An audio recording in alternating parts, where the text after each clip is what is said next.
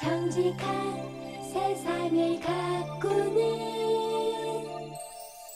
CBS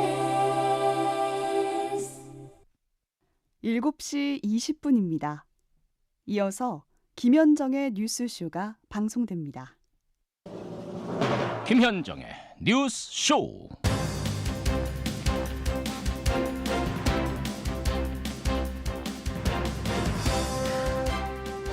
애청자 여러분 안녕하십니까? 오늘도 일교차 큰 전형적인 가을날입니다.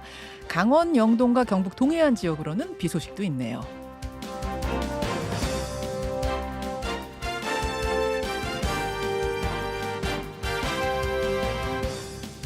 진짜 통합. 김현정의 뉴스쇼가 선정한 오늘의 키워드입니다. 어제 여야를 막론하고 정가에서 가장 많이 나온 단어 통합이었습니다. 먼저 윤석열 대통령은 중동 순방에서 돌아오자마자 박정희 전 대통령 추도식에 참석해서 박근혜 전 대통령을 만났죠. 박정희 전 대통령 추도식에 현직 대통령이 참석한 건 역사상 처음입니다. 한편 민주당 이재명 대표는 전현직 원내대표들을 모두 초대했습니다. 분열은 필패고 단결은 필승이라는 자세로 솔선수범하겠다 하며 총선을 앞둔 당의 화합을 강조했죠. 두 장면 모두 지지층의 단결, 진영 통합을 위한 행보가 분명합니다. 하지만 윤 대통령은 오는 29일 이태원 참사 1주기 시민 추모 대회에는 참석하지 않기로 했습니다. 정치 집회 성격이 짙다는 이유 때문이랍니다. 그런가 하면 이재명 대표는 강성 지지층이 비명계 의원들에 대해 살해 현수막을 거는 것 같은 그런 과도한 비난에 대해 경고해야 한다는 주문을 받으면서도 특별한 메시지를 내지 않고 있습니다. 껄끄럽고 불편한 상대와 만나 입장 차이를 줄이고 같은 방향으로 가는 거, 그게 진짜 통합입니다. 정말 통합 행보를 하고 싶다면 가장 가고 싶지 않은 바로 그곳에 가시기 바랍니다. 김현정의 뉴스쇼 출발합니다.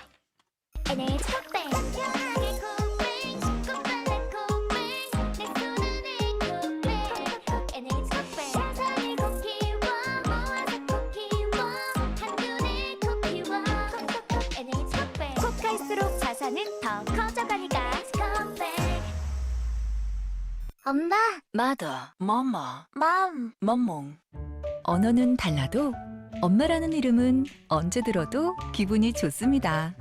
가족이 건강하기를 바라는 엄마의 간절함으로 더 좋은 약을 만들겠습니다. 엄마의 마음.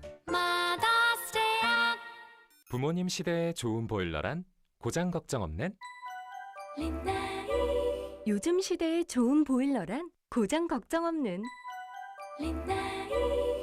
세대를 넘어 믿을 수 있는 린나이니까. 모두가 따뜻한 온 세상으로 갑니다.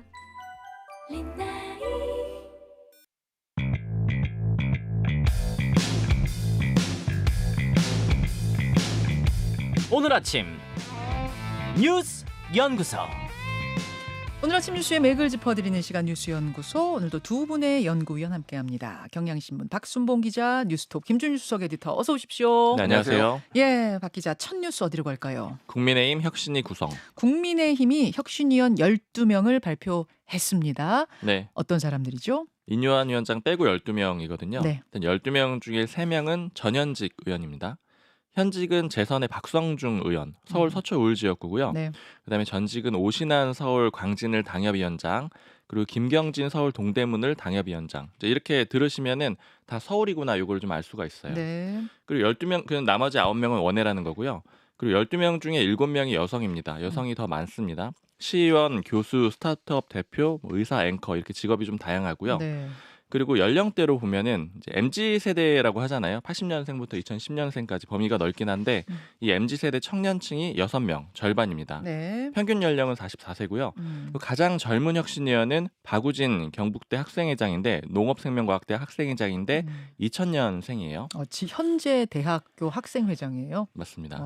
어제 명단 발표되고 국민의힘 사람들하고 얘기를 나눴는데 일단 사실 저도 그랬고 첫 번째 반응은 이제 전현직 의원들 빼고는 좀 잘 모르겠다. 누군지 모르겠다. 예. 그리고 두 번째 반응은 이제 또 개인을 말해서 좀 그렇지만 이제 박성중 의원에 대한 비판이 좀 있었습니다. 현역 의원 중에 유일하게 포함된 박성중 의원 어떤 그렇죠. 평가였어요? 그러니까 가장 선임이고 그다음에 이제 친윤계로 알려져 있잖아요. 네. 전에 이제 인수위에도 있었고요. 그래서 목소리가 클 걸로 보이는데 음. 친윤계 인사라는 점도 좀 부담이고 즉 혁신위를 대표할 만한 인물로 보기는 좀 그렇다. 이제 이런 얘기들이 좀 많이 나왔고요. 그리고 이제 이 면면을 보면은 김경진 전 의원 같은 경우에도 이제 전직 의원 중에서요. 이제 네. 호남 출신이긴 하지만 역시 그 윤석열 대선 후보 캠프 때 상임 공보 특보단장을 했었거든요. 그렇죠. 그러니까 유일하게 비윤계라고 이 전현직 중에서 꼽을 사람은 오신환 위원장인데 이제 오세훈계로 봐야 되겠죠. 서울시 정무부시장하고 지역구로 고민정 최고위원 쪽 그 민주당 그쪽으로 옮겨왔습니다. 근데 오신환 전 의원도 오세훈계이긴 하지만 비윤계는라고 보긴 어려워요. 그렇죠. 적어도 예. 반윤은 확실히 아니고요. 예. 완전히 뭐 주류라고 보기도 좀 어려운데 맞아요. 그렇다고 해서 윤석열 정부 들어서서 뭐 비판적인 목소리를 낸 적이 없었거든요. 이제 물론 서울시에 소속이 돼 있어서 그럴 수도 있는데 어쨌든 최근 상황 보면 그렇게 비판적인 목소리는 없습니다. 자, 그래서 과연 이제 쓴소리를 얼마나 낼 수 있겠는가 이런 질문들이 나오는 건데 여기에 대해서 인요한 위원장은 쓴 약은 내가 만들겠다. 쓴소리 내가 하겠다. 그렇게 얘기했죠. 맞아요. 사실상은 좀 인정을 한 그런 그림도 되는 거고요. 그러니까 지금 이렇게 좀 쓴소리할 사람이 없다라고 하는 거는 나머지 9명의 원외 인사가 주목도도 떨어지고 그다음에 개별적으로 그렇게 당직을 당에 관련된 인선을 했을 때 목소리를 냈던 적이 없어요. 그러니까 제가 이 나머지 원외 인사들 좀 궁금해가지고 네. 일일이 좀 다 물어봤거든요. 예, 이제 예. 그 정치권에 아는 사람들이 있느냐 이렇게 물어봤는데 네. 9명 중에 그나마 좀 알려진 인물은 이소희 세종시 의원인데 이제 변호사이고 시의원이고 또 장애도 있습니다. 그리고 국민의힘에서 계속 활동을 해왔어요. 두 차례가 있었는데 주호영 비대위가 있었거든요. 예. 그때 비대위원을 했습니다. 근데 주목도는 좀 그렇게 높지 않았죠. 그리고 대선 때 청년 보좌역을 하기도 했었고요. 예. 그리고 또 두 명의 인물이 그 정선화 당협위원장하고 정혜용 전 경제부시장인데 예. 김기현 대표 체제에서 민생희망 특위라는 게 있었습니다. 이게 크게 활동이 주목받지 못했고 당시에 특위위원장인 조수진 의원이었는데 아, 기억나요. 그 이제 발언 논란이 좀 있었었죠. 그 이제 밥 먹고 뭐 그런 논란 그때. 맞습니다. 예, 예. 그래서 여기에서 특위위원으로 활동을 했거든요. 이제 그렇기 때문에 이 지금 잘 알려져 있지 않고 첫 번째로 그러니까 이제 사실은 좀 거칠게 뭐 관계자가 표현하는 거는 재활용한 인사가 한 3명 정도 된다 이렇게 얘기를 하고 그다음에 또 다른 반응은 그때 활동을 했는데 왜 이 사람들 모르느냐. 그러니까 결국에는 어떤 공개적으로 발언하고 이런 스타일은 아니지 않겠느냐. 그래서 이제 쓴소리하기 어렵다 이런 얘기를 나오고 있고요. 전체적으로 반응 들어봤을 때 제가 뭐 모두를 좀 접할 수는 없겠지만 네. 매우 부정적이었다라고 좀 느껴졌어요. 그러니까 당내 반응이. 네, 당내 반응을 다 물어봤는데 그러니까 아까 말씀드린 대로 다시 활용했다라는 그런 측면도 있고 특히 박성중 의원에 대한 비판이 많았는데 이게 너무 이제 친윤 인사를 세워놓고 혁신이라고 얘기를 하면은 이제 모 관계자 같은 경우에는 결국에는 대통령을 향해서 국정기조를 바꿔라 이런 것들이 혁신의 최종적인 목표가 돼야 될 텐데 예. 그런 것들을 박성중 의원이 주도해서 할 수 있겠느냐 뭐 아. 이런 비판들이 좀 있고요. 모 의원 같은 경우에는 이렇게 표현하더라고요. 정말 큰일 났다. 이제 수도권 의원인데 안 만드는 이만 못하겠다. 뭐 이런 표현을 쓰기도 했습니다. 아, 수도권 현역 의원이 그런 반응이었어요? 네. 자, 이게 지금 민주당 반응이 아니라 국민의힘 반응이라는 건데 김준일 에디터 예. 어떻게 보셨어요? 그러니까 제가 이틀 전에 이제 이 혁신위의 컨셉조차 이제 아직 잘 못 잡았다. 뭐 이렇게 좀 비판도 했잖아요. 네. 그러니까 이제 여러 가지 지금 포인트들이 있는데 일단은 이게 혁신위의 그 위원님들이라는 게 과거 사례를 봤을 때 이게 한번 일회성의 약간 구색 맞추기용으로 소비되고 그 다음에 다 잊혀지는 사례들이 상당히 많아요. 제가 뭐 질문 한번 우리 청취자분들한테 예, 질문을 드려보겠습니다. 네. 그 민주당 김은경 혁신위의 혁신위원이 몇 명이고 누가 있었는지 혹시 기억하시는 분 계신가요? 이게 정치 고관여층도 저는 기억합니다만 예, 예. 다 기억나진 않아요. 다 기억나지도 기억나진 않고 않아요. 그러니까 제가 이름을 말씀드려 볼게요. 예. 그러니까 6월 20일 날 임명됐거든요. 예. 김남희 변호사, 윤영중 랩2050 대표, 서복경 교수, 이진국 아주대 법대 교수, 차지호 카이스트 교수, 그리고 당내에서는 이해식 의원, 이선호 울산시당 위원장. 나름 뭐 이것도 안배하고 저것도 안배하고 맞아요. 막 했거든요. 네. 아무도 기억하지 못합니다. 예. 이게 더 특징이 뭐냐면은 이게 이 혁신위원이 늘어났어요. 여기 지금 민주당은 7명 했거든요. 예. 지금 11명 했습니다. 저는 이걸 보면서 약간 그 아이돌들 아이돌들 숫자가 점점점 늘어나는 거 이 생각이 나더라고. 예전에 이제 SE 좀 오래 가자면 SES 한 3명 하는데 4명, 5명 늘어나다가 이제 뭐 이제 예전에 이제 11명, 프로듀스 15명. 101 지나니까 이제 IOI가 한 11명 되고 이제 구색 맞추기를 뭐 다 넣는 겁니다. 그러니까 이게 그러니까 야, 아무도 기억 못할 거야. 이제 나중에 이제 박성중 의원 정도는 기억을 하겠죠. 워낙 지금 이게 집중 포화를 맡고 있으니까. 그러니까 이게 정답은 다 알고 있어요. 이거 지금 의원들도 그 얘기 했잖아요. 지금 쓴소리 해야 되는 거다. 그리고 이게 정권 심판론이 작동을 해가지고 했으니까 대통령의 기조를 바꿔야 된다라는 건데 일단 안 들어가고 유니스 의원 안 들어간다라고 했지, 천하람 위원장도 안 들어간다고 했지, 뭐 기타 등등 안 들어가니까 이제 마지못해서 이게 나온 건데 그거를 감안하더라도 너무 조금 이게 혁신이라는 그런 키워드에 안 맞는다. 이게 이제 당내에서 우려가 나오는 거죠. 그래서 이게 순항할 수 있을까? 뭐 이런 생각이 좀 드는 거죠. 자, 여기서 이제 네. 질문, 두 분께 질문. 그러면 이 인선을 주도한 사람은 이뉴한 위원장 온리 원입니까? 아니면은 뭐 지도부가 다 같이 하고 막 이런 거예요? 어떻게 좀 취재해 보셨어요? 사실 확인은 안 되더라고요. 근데 당 지도부 쪽에 물어봤을 때는 이제 본인들도 일단 모른다. 사실 어제 조금 국민의힘에서 좀 난리가 났던 거는 예. 이 명단이 최고위원회의를 하는 도중에 유출이 됐거든요. 이제 최고위원들한테만 미리 줬는데 유출이 돼가지고 이제 김기현 대표가 많이 화가 났었다 그래요. 근데 이제 유출이 되다 보니까 기자들이 뭐 관계자들한테 전화도 많이 하고 이랬을 거 아니에요. 근데 그때 이 확인회에서 들어본 내용은 네. 우리도 모른다. 그러니까 인유한 위원장이 해서 물론 이제 혼자 한 공식적인 거다. 입장일 수도 있겠죠. 그런 얘기가 있고 그다음에 이제 아까 뭐 표현은 안 해드렸지만 예를 들면은 그 윤석열 대선 캠프에서 청년 보좌역 출신 그리고 그 장해찬 최고위원이 일부 이제 인용했던 등용시켰던 인물도 네. 있거든요. 그러니까 이런 사람들은 아마 그 뭐 조수진 그 의원 건도 있다고 말씀드렸잖아요. 네. 그러니까 이런 사람들은 아마 일부 의견은 좀 수용하지 않았을까. 그러니까 재활용됐다라고 말씀드린 인물들 있잖아요. 네. 이 사람들은 아마 당내 의견을 좀 수렴했을 걸로 보이고 어쨌든 지도부가 그 명단을 전체적인 명단을 다 받은 건 발표 1시간 전이다.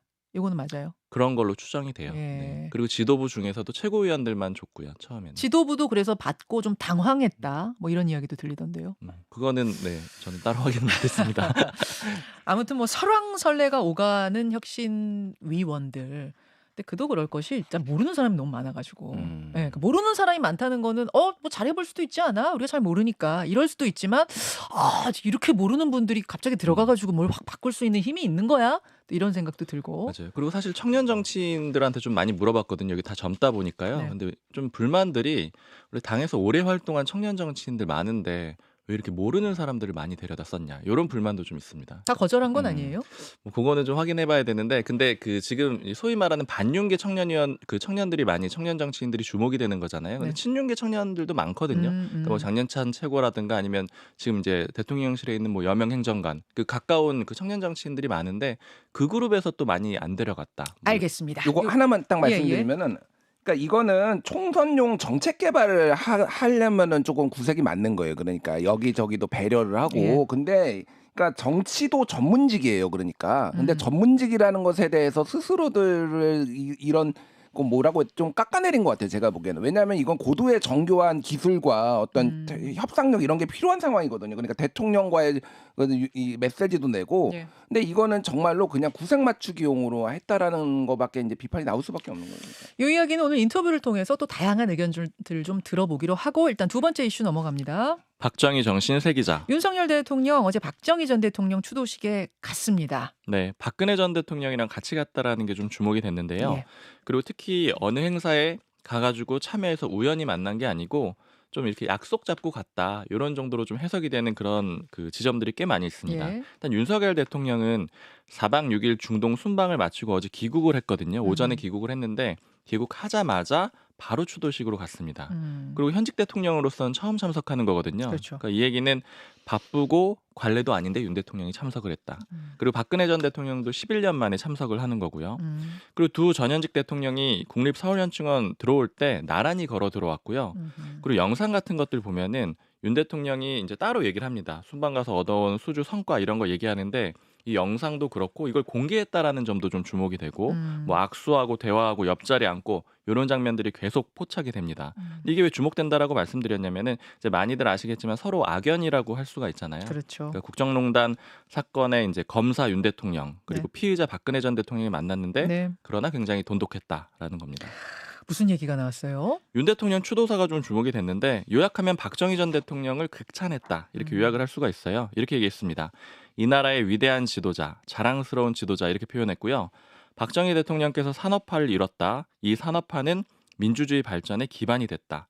박정희 대통령의 하면 된다 정신이 위대한 국민으로 단합시켰다 이렇게 했고요. 네. 그리고 대통령실이 서면 브리핑 낸 것도 저는 읽어보니까 굉장히 좀 흥미롭더라고요. 왜냐하면 그 현직 대통령이 처음 참석했다라는 것도 적었고 박근혜 전 대통령 동반 참석해서 그 의미를 더했습니다. 윤석열 대통령이 행사장 와서 박근혜 전 대통령한테 제일 먼저 인사하면서 안부 물었습니다. 이런 표현들이 곳곳에 들어가 있어요. 자, 이건 분명히 정치적인 메시지를 담은 행보라고 보여지는데 김준일 에디터 네. 어제 그 만남 어떻게 보셨어요? 이거를 채널 A가 먼저 보도를 했어요. 윤석열 대통령이 순방 갔다 오면은 박근혜 대통령 만난다. 근데 기사가 삭제되더라고요, 그게. 아, 나왔다가? 예, 나왔다가 언론사의 요청으로 기사가 삭제됐습니다. 이렇게 나온 지 얼마 안 돼가지고. 그 대통령의 행보는 네. 비밀이어서 그런 거 그거는 아니에요? 통상적으로 네, 일정이라서 네. 아마 삭제가 뭐 여러 가지 됐습니다. 의미가 있겠죠. 그런데 이제 이게 근데 언제 어떻게 만나는지에 대해서 구체적으로 나온 건 아니었어요. 그러니까 여기서 만난다는 그런 내용이 없었어요. 뭐 몇 날 몇 시 이런 게 예, 아니었는데. 그런 게 아니었는데도 불구하고 그러니까 이게 이제 기획이 됐던 거죠. 어느 정도는 기획이 됐다는 거고 이게 이제 가장 결정적으로 조금 이렇게 다급해진 이유는 이를테면 여론조사 결과가 몇 개가 이제 조금 굉장히 안 좋게 나왔는데 지난 금요일이죠. 지난주 금요일 20일에 발표된 한국갤럽 여론조사를 보면은 대통령의 국정수행 지지율에서 특히 대구 경북 TK의 지지율이 10월 둘째 주에 비해서 셋째 주가 13%포인트나 떨어졌어요. 한 주 만에. 예. 그러니까 이게 엄청 이제 이 보궐선거를 끝나고 굉장히 이제 후폭풍에 시달리고 있다라는 거죠. 그래서 이제 보수 통합의 메시지 그리고 친박 끌어안기 이제 친박 홀대론이 있었는데 다만 이게 오답 노트다, 오답이다라는 생각은 이제 지울 수가 없는 거예요. 왜 그렇게 생각하세요? 왜 그러냐면은 자 박근혜 대통령을 만나는 게 뭐 지지율에 도움이 안 되지는 않겠죠. 특히 보수층에는. 네. 그런데 지금 그러니까 박근혜 대통령을 홀대를 해가지고 지금 지지율이 떨어진 건가요? 그건 아니죠. 예, 그건 네, 아니죠. 그건 그러니까. 아니죠. 예. 그러니까 앞에도 마찬가지예요. 혁신위도 막 이게 뭐 여성, 뭐 호남, 뭐 청년 했는데 여성을 홀대해가지고 지지율이 떨어진 것도 아니고 호남을 홀대해서 지지율이 떨어진 것도 아니에요. 청년을 홀대해서 떨어진 것도 아니고 대통령 스스로가 국정 운영을 일방적으로 한다라는 거에 대해서 불만들이 있는 건데 여기 가서 박근혜를 만난다고 해서 그럼 지지율이 오를 것이냐. 그러니까 본인도 알고 이거는 정치권도 다 아는데 이거는 오답을 쓰고 있는 거라는 거죠. 그러니까. 다만 예. 지지층이 이렇게 쭉 빠지니까 지지층 결속부터 한 다음에 중도로 뭐 발걸음을 좀 더 확장해 보겠다 이렇게 볼 수는 없어요. 뭐 그런 근데 전통적인 문법으로 그렇게 이제 생각을 하는 건데 지지층마저 흔들리면 위기감을 느끼니까 그러니까, 예. 그런 거는 맞는데 그게 메시지가 선명하지가 않다라는 거예요. 그러니까 이게 박근혜 대통령을 만나는 걸로 중도층이 확장될 것인가 전혀 좀 다른 문제라는 거고. 말하자면 지금은 하나하나가 아니라 다 통합하는, 다 확장하는 이쪽으로 가야 된단 말씀이죠. 대표적인 게 이게 이재명 대표가 지금 만나자고 하고 있고 뭐 이 김기현 대표가 그럼 둘이 만나자고 그러니까 뭐 셋이 만나자고 있고 뭐 그러면 김기현부터 만나고 와라 뭐 이러고 있는데 그러니까 박근혜 대통령을 만나려면 이재명 대표도 만나면은 메시지가 되는 거예요. 그러니까. 알겠습니다. 짧게 박순봉 기자, 지금 네. 이스라엘이 가자 지상전을 시작했다는 소식, 이것 좀 정리해 주세요. 네, 아주 움직이기 시작을 했는데 네. 지상군이 움직인 거예요. 근데 요약을 해보자면 본격적인 건 아니고요. 사전 작업이라고 볼 수가 있습니다. 그러니까 예를 들어서 지상군 들어갈 수 있는 길 만들고 있는데 탱크로 가자지고 장벽 뚫고 불도저로 길 만들고 이렇게 투입할 수 있는 여건을 만들었고 들어가서 몇 군데 공격하고 지금 다시 빠져나온 상태입니다. 자, 지금 유튜브 상태가 그러지 못하다는 소식이 들어왔습니다. 유튜브 자체 문제로 지금 모든 방송국들이 좀 비슷한 상황인 것 같은데요. 빨리 송출이 잘 됐으면 좋겠네요. 저희가 할 수 있는 방법이 없는 게 좀 답답합니다. 유튜브로 시청하시던 분들은 CBS 레인보우 앱이나 네이버 TV로 오늘은 시청하실 수 있는 다른 방법이 있다는 것도 알려드리겠습니다. 여러분께 양해 말씀 드리면서 두 분과 인사 나누죠. 고맙습니다. 감사합니다.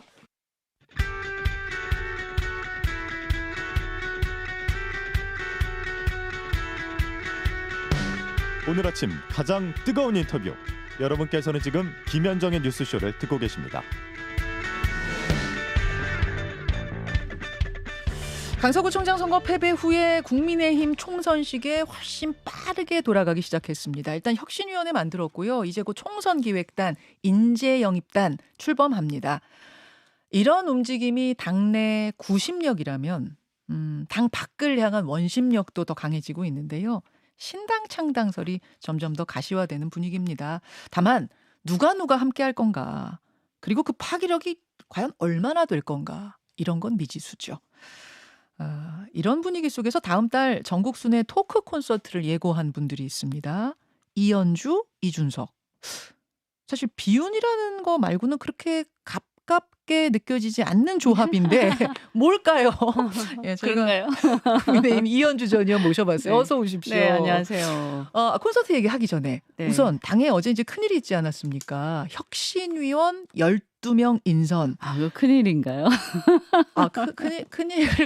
큰일이죠. 뭐 큰일일 수도 있는데 근데 예.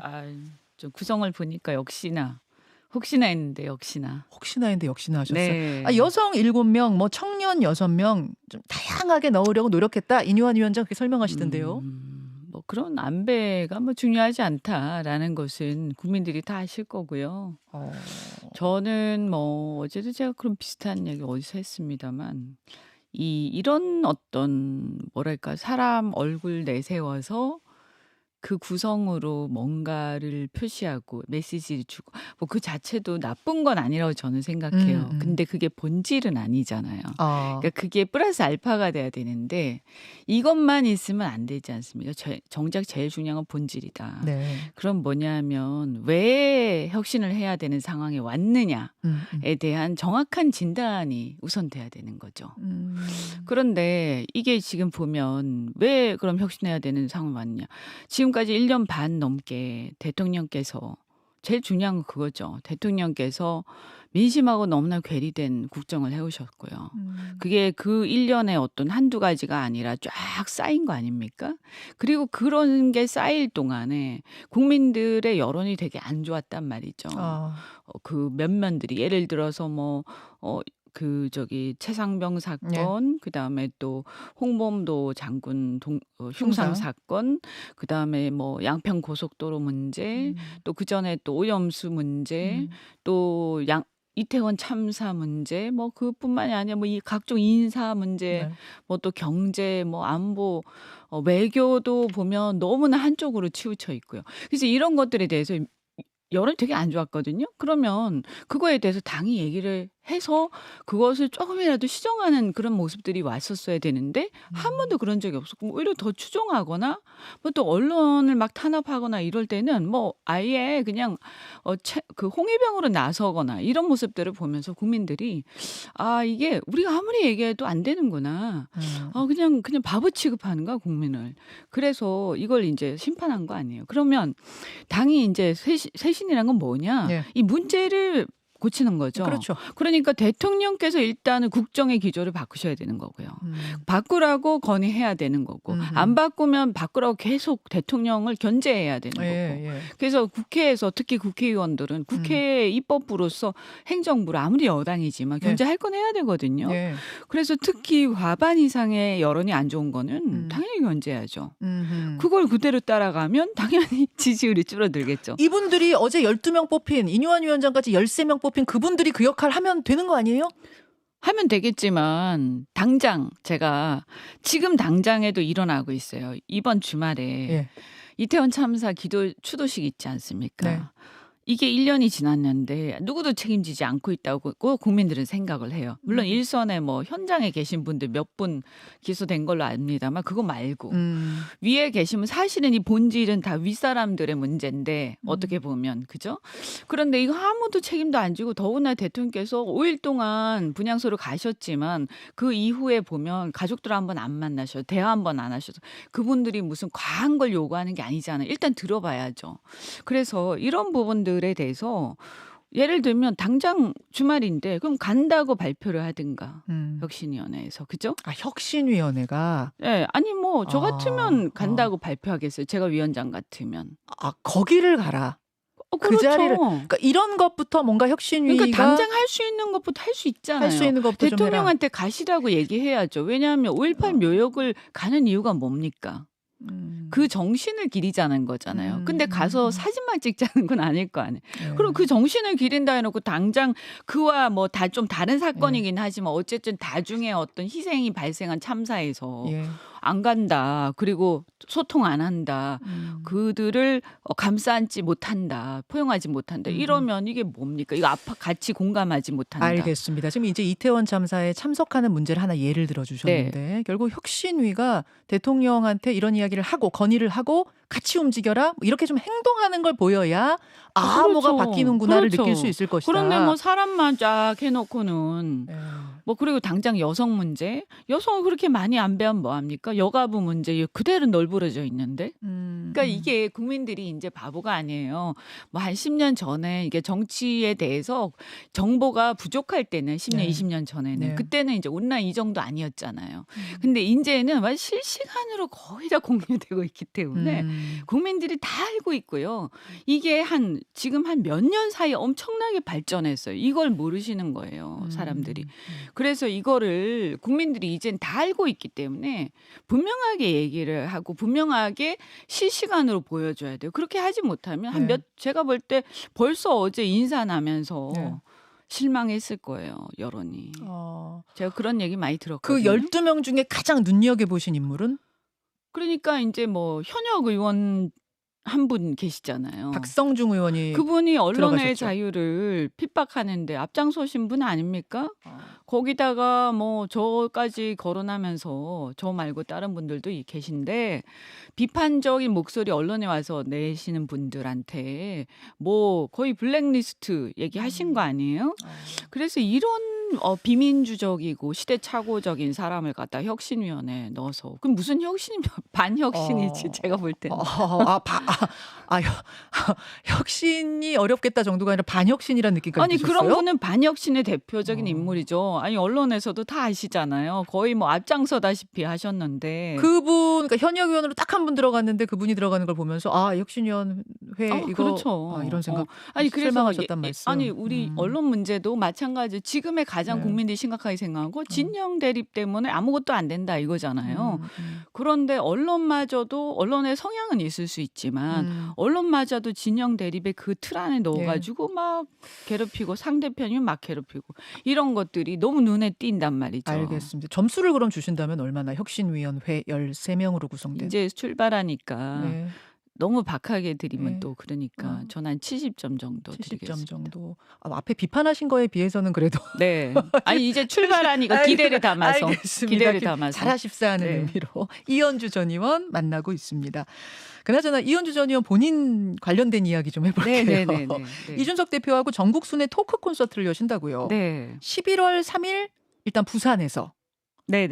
그러면은 단회가 아니고 이게 전국 순회면은 두 분이 같이 전국을 다 도시는 거예요? 아니 이제 처음에 시작은 뭐 좀 돌자 이렇게 얘기를 했는데 이제 일정들이 바쁘다 보니까 일단은 두 군데에는 정해져 있고요. 부산하고 또 어디? 광주요. 광주하고는 광주는 아마 다른 분 같이 하실 것 같고 또 다른 분이 합류하시는 거예요? 네.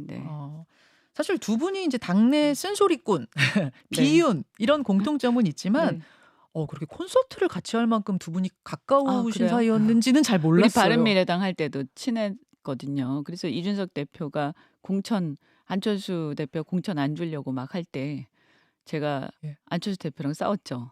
줘라? 네. 아니 왜냐면 당연히 거기에 위원장이고 오래 나갔는데 그거를 갑자기 자기 측근을 주겠다고 하면서 안 주겠다 하면 이게 명분이 안 맞잖아요. 쉬운 선거도 아니고 바른미래당 입장에서는. 뭐 그런 적도 있고 그다음에 사실은 이제 초등학교를 싱가포르에서 다닌 것도 비슷하고. 두 분이 다 싱가포르에서 초등학교 나오셨어요? 네. 뭐 물론 같은 시기에 다닌 건 아닙니다만. 공통점들이 좀 있군요. 네. 좀 그래 성향이랄까 정서 문화 좀 이해하는 부분들이 있죠. 그 저도 X세대고요. 네. 그분은 이제 MZ 세대잖아요. 뭐 세대 차이는 좀 있지만 어쨌든 86세대 밑에 세대로서 문제의식 이런 건 공유하는 거죠. 그리고 국민의힘이 이대로 안 된다는 것에 대해서 두 분이 공감하시는. 심각하게 공유하는 거죠. 심각하게 공감하고. 네. 그러니까 이 어떤 그 리버럴 성향이 있기 때문에 권위주의적인 걸 못 참는 거죠. 찍어 누르고 이런 거. 공천을 줄 거다. 아니 공천 줄 건데 왜 자꾸 이렇게 막 다른 목소리 내고 그러니까 무슨 신당이니 그 이렇게 한다면? 그러니까 그런 발상 자체가 굉장히 예. 수준 낮은 발상이라고 생각을 해요. 어. 공천 때문에 그렇게 하나? 공천 때문에? 아니 아닌 말로요. 정 진짜 국회의원 꼭 돼야겠다 예, 생각하면 예. 그냥 뭐 1인 정당이라도 만들 정도의 능력은 다 되는 사람들이죠. 예, 그게 뭐 그래서 뭐 떨어질 수도 있겠지만 전 될 거라고 생각하거든요. 그러니까 1인 정당이라니까 무소속으로 출마. 예, 뭐 아니 무소속으로 출마를 할 수도 있고요. 네. 물론 무소속 쉬운 건 아니에요. 뭐 쉬운 건 그리고 아니지만. 뭐 비례정당으로도 출마할 수 있고요. 뭐 최악의 경우에 그렇게 해도 당선은 될 수 있다. 또 뭐 장담할 수 있는 건 아니지만 어쨌든 내 힘으로 또는 그분의 힘으로 각자의 힘으로 돌파할 수 있는 역량은 전 된다고 봐요. 장담할 수 있는 건 아니에요. 물론 쉬운 건 아니지만 그런데 그런 공천에 목매달고 그럴 정도로 그런 거 아니란 얘기죠. 그런데 이제 제 얘기는 뭐냐면 이게 중요한 건 공천이랑 당과 함께 한다는 건데 이 당의 노선과 가는 길이 우리가 볼 때 좀 자랑스럽고 나가서 마이크 들고 얘기할 수 있어야 되잖아요. 근데 양두구육 상황이 오면 안 되잖아요. 양두구육 상황. 그러니까 지금 이게 아니다 싶은 상황에서는 공천을 준다고 해도 받기 어렵다. 뭐 그렇죠. 명예롭지 않다 이런 말씀. 네, 그렇죠. 아니 마이크 들고 얘기를 할 수가 없어요. 저는 사실 좀 더 빨리 그런 얘기를 했는데 지난 대선 때도 너무 힘들었어요. 저는 그때도 아니라고 생각했기 때문에 대선 그러셨어요? 본선 때도 제가 경선 때 굉장히 반대를 많이 했는데 어쨌든 제가 생각하던 대로 되지 않았고요. 본선 때도 굉장히 많은 문제 제기를 하면서 사실은 이렇게 마이크 들고 돌아다니기 너무 힘들어서 지역구에 거의 있다시피 했거든요. 뭐 어떨 때 이렇게 대중 앞에 나설 때도 정말 연설을 하는 게 좀 꺼려지더라고요. 그 정도입니까? 그 두 분이 겉으로 보는 것보다 훨씬 더 깊게 의기투합하셨다는 느낌이 드네요. 네, 또 그렇게 얘기하면 뭐라고 또 해석이 막 붙을 거기 때문에. 아니 저는 그 느낌인데 맞아요? 그 느낌? 아니 뭐 좀 이렇게 공유하는 부분들은 있죠. 네, 이 정치가 너무 사람의 자유를 억압해요. 그리고 아무리 정당이지만 이렇게 해서 되는 거냐 이거. 정당에서 그리고 토론과 어떤 치열한 난상 토론을 통해서 어떤 결론이 나와야 되는 거고 결론이 또 안 날 경우에는 각자의 의사를 존중해 줘야 되잖아. 자유의지를. 물론이죠. 네, 그런데 그런 게 전혀 안 되잖아요. 근데 뭘 가지고 국민들한테 자유 얘기하고 민주주의 얘기합니까? 혁신위원회가 이제 꾸려져서 정말 확실히 확 되면 모르겠습니다만 그렇지 않다면 이 상황에서는 공천을 준들 나는 받을 수 없다. 네, 저는 그렇게 생각합니다. 제가 뭐 이준석 대표까지 대변하기는 어렵고요. 예. 네, 저는 그렇게 생각합니다. 그 정도 상황. 네. 두 분이 만약 함께 나가서 신당을 할 가능성도 있습니까? 그야 뭐 여러 가지 가능성 중에 배제하진 않고 있죠. 이현주 전 의원 머릿속 선택지에는 있는 거군요. 네, 선택지에는 있죠. 있어요. 네, 좀 나중에 일이니까 지금 뭐라고 말씀드릴 수는 없고요. 예. 근데 쉬운 일은 아니에요. 그게 저희 바른미래당 하면서 너무 힘들었고요. 또 대표들께서 또 다투시고 하면서 너무 힘들었어요. 힘드셨죠. 그래서 이제 오늘 어떤 기사가 나오기 시작하냐면은 이현주 전 의원은 이 조직을 만들고 당을 만들고 이런 것에 역량을 펼쳐본 경험이 있고 네. 이준석 전 대표의 어떤 대중적인 인지도와 또 청년층에 대한 이런 뭐 지지세 네. 이런 것이 합쳐져서 뭔가 두 분이 같이 꿈을 꾸는 거 아니냐 이런 네. 전망 기사가 나오더라고요. 네, 뭐 굉장히 좋은 얘기예요. 네, 굉장히 좋은 얘기입니까? 좋은 얘기죠. 그 얘기는. 근데 뭐 그렇게까지 막 구체적으로 막 상의한 건 아니고 신당에 대해서는. 네, 구체적으로 상의한 건 아니지만. 네, 다만 이런 거죠. 우리 정치 좀 개혁돼야 되지 않냐. 이런 상태에서 너무 정말 숨이 막힌다. 그리고 이거 국민들이 볼 때도 너무 창피하다 이거. 이런 것들에 대해서 공유하고 정당개혁, 정치개혁, 그다음에 대한민국의 미래 이런 것들에 대해서 공유하는 부분들은 많이 있죠. 그 방향이 맞다면 함께 할 수도 있다. 문은 열려 있다. 그건 뭐 다른 분들도 마찬가지고요. 이준석 대표도 그렇고 열려 있죠. 알겠습니다. 또 뭐 이게 현실적으로 쉬운 건 아니기 때문에 뭐 무소속으로 나갈 수도 있는 거고 또 그럼 무소속 연대할 수도 있는 거고. 그런 김종인 거죠. 전 비대위원장이 뭔가 역할을 해서 보수 빅텐트가 만들어지는 거 아니냐? 그러니까 제3지대 빅텐트 이런 이야기도 나옵니다. 뭐 일단은 뭐 저는 뭐 초선 때 또 그분이 후원회장도 하셨고 아, 그래요? 이런 인연도 있고 뭐 그런데 지난번 대선 때 제가 홍준표 선대위원장 맡으면서 예. 조금 거리가 멀어졌죠. 아, 그때 뭐 거리야 원래 멀어졌다 가까워졌다 정치권은 그러는 네. 거니까. 아, 30초밖에 아니 뭐 안 근데 남았네요. 좋은 분이니까 예. 네 그래도 이제 배울 점이 많은 분이니까 네 뭐 저희 또 이렇게 조언해 주시면 감사하죠. 홍준표 시장하고 가까우신데 네네네. 나가봤자 잘 안 될 거다. 뭐 이런 얘기들. 아니 그분이야 그렇게 말씀하시겠죠. 그리고 사실 이준석 대표나 저하고도 굉장히 가깝잖아요. 저는 좋은 분이라고 생각하고 훌륭한 분인데 예. 이제 당이 달라지면 굉장히 서운하시지 않겠어요. 만약에 그죠? 아. 그러니까 그런 조언도 저는 어쨌든 새겨들을 부분도 있다. 네. 아하. 그리고 이제 좋아 이렇게 생각해서 미에서 하는 얘기다. 충원이다라. 파괴력 있을 거라고 보세요. 거라고 그러니까 보수 정당에서 떨어져 나간 어떤 제3지대 신당. 저는 보수 정당에서 떨어져 나간 신당이 되면 안 된다고 생각해요. 네, 그래서 틀을 깰 필요가 있다고 생각하고요. 만약에 한다면 굉장히 다른 어떤 차별적 모습들 그리고 우리가 정말 그동안 막 숨막혀 왔던 것들 이런 10초. 것들을 해결할 수 있는 그리고 희망을 줄 수 있는 그런 좀 더 폭넓은 정당이 된다라고 생각합니다. 여기까지. 네. 오늘은 구상 듣겠습니다. 네. 이현주 전 의원님 고맙습니다. 네. 여기 부탄가스 주세요.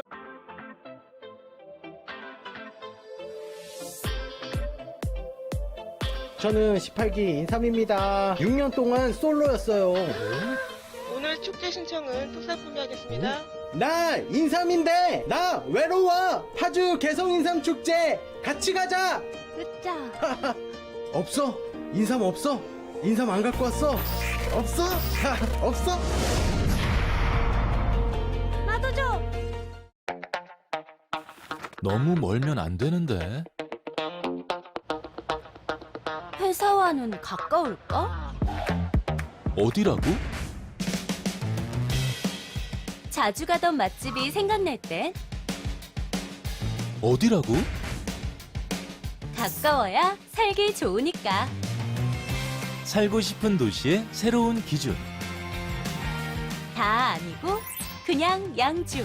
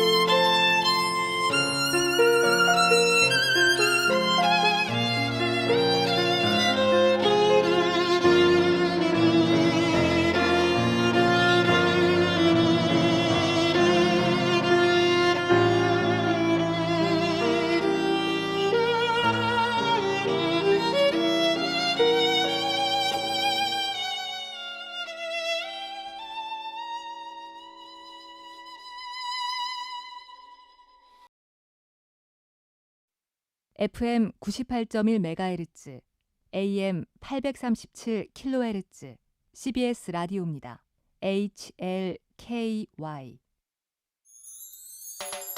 사랑의 라디오 CBS. 해피벌스 K, 저출산 위기 극복, CBS가 앞장섭니다. 8시를 알려드립니다.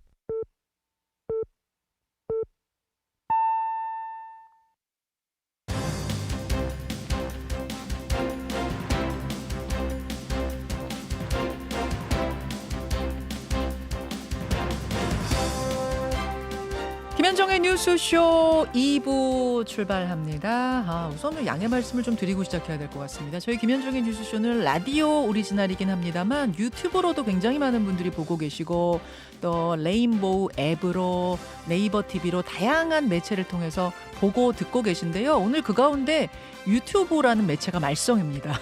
저희의 송출 문제는 아니고 유튜브 매체 자체에 지금 문제로 보이는데요.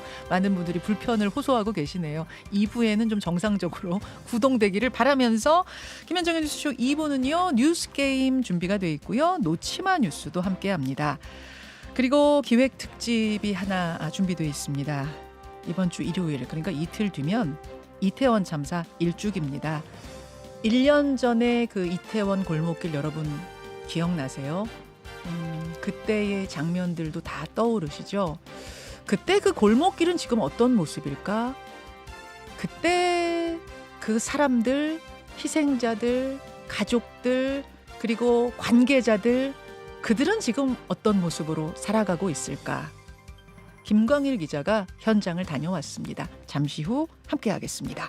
50원의 단문 100원의 장문 유료 문자 샵 1212 레인보우 유튜브까지 열어놓고 출발합니다. 포스코 건설이 포스코 이 감사합니다. 감사합니다. 세상은 센스 있는 사람을 좋아하지. 바로 나처럼 말이야. 그리고 너 또한 센스하잖아. 들어봐.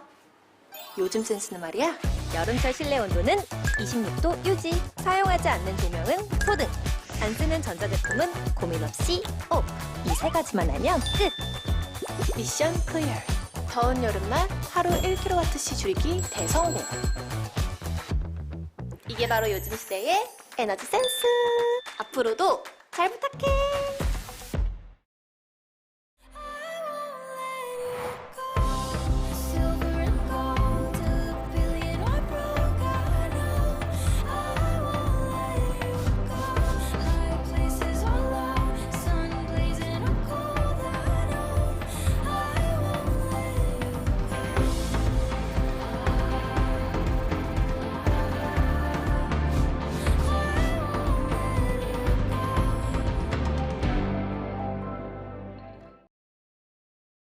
숨은 강자 홈페이지에서 실시간으로 확인해보세요.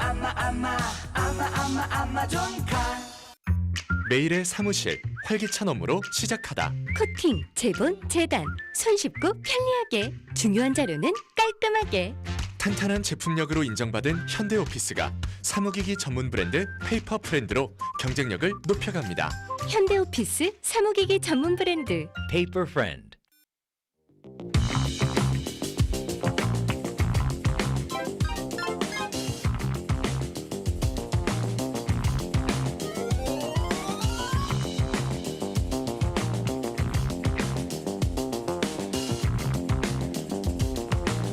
우리 뉴스의 미래를 예측해보는 시간입니다. 뉴스게임. 오늘은 두 분의 젊은 정치인 함께합니다. 국민의힘 김용태 전 최고위원, 더불어민주당 장경태 의원 어서 오십시오. 네, 안녕하세요. 김용태입니다. 네, 안녕하세요. 장경태입니다.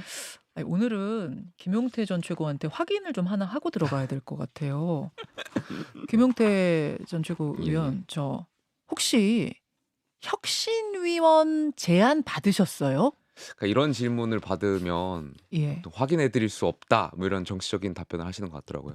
네. 확인해 주셔야 됩니다. 아니, 그럼 방송을 출연하면 안 되죠. 제가 제안을 받았다 안 받았다 말하는 것 자체가 예. 혁신이가 지금 스포트라이트를 받아야 되는데 예. 다른 걸로 또 이제 스포트라이트 못 받을까봐 제가 좀 여기서 뭐 왈가왈부하는 것은 좀 적절하지 않을 것 같습니다. 김용태 의원이 그렇게 말씀하시면 사회자는 이렇게 정리할 수밖에 없습니다. 전화 받으셨구나. 뭐. 아니 거의 어느 정도면 하도 이 혁신이 제안도 받으셨다는 분들이 전해지고 있고 또 고사하셨다는 분들이 많아져서 혁신위원회만큼 고사위원회도 12명은 구성될 수 있지 않을까 이런 생각이 들 정도더라고요. 뭐 이것만큼 확실한 게 저 그래도 고품격 시사방송 김현정 뉴스쇼 패널인데 예. 뭐 안 받았다면 예. 방송국이 문제 있거나 뭐 당이 문제 있거나 하지 않았겠습니까? 뉴스쇼 패널인데 여기 야당의 전 혁신위원장도 계시고. 야, 역시 이렇게 그렇죠. 몸값을 올려서 인정하네요. 새로운 방식이네. 그럼 전화 받으셨는데 왜 안 받아들이셨어요? 왜 고사하셨어요? 당직을 제안받는다면 굉장히 영광스러운 자리잖아요. 어떤 예. 당직이든지 그럼요. 뭐 높고 낮음을 떠나서 당에 기여할 수 있다라고 생각하는 건데 저는 혁신위원회가 혁명위원회가 되어야 성공한다고 생각해요. 그러니까 인요한 위원장께서 뭐 와이프랑 자식 빼고 다 바꿔야 한다라고 말씀하셨지만 그 정도 수준도 국민 눈높이에 맞지 않다라고 생각되고 자, 모든 걸 다 바꿔야 되는데 과연 지금 혁신위가 할 수 있을까에 대한 당내 의구심도 있었던 것 같고 그러니까 아무래도 현실 정치 상황에서 네. 혁신위가 좋은 안을 내더라도 최고위원회의 추인을 받을 수밖에 없는 상황이고 그러한 것이 좀 현실적으로 어렵지 않나. 그래서 결과적으로는 혁명위원회보다는 안정화위원회가 더 가깝지 않을까 혁신위가.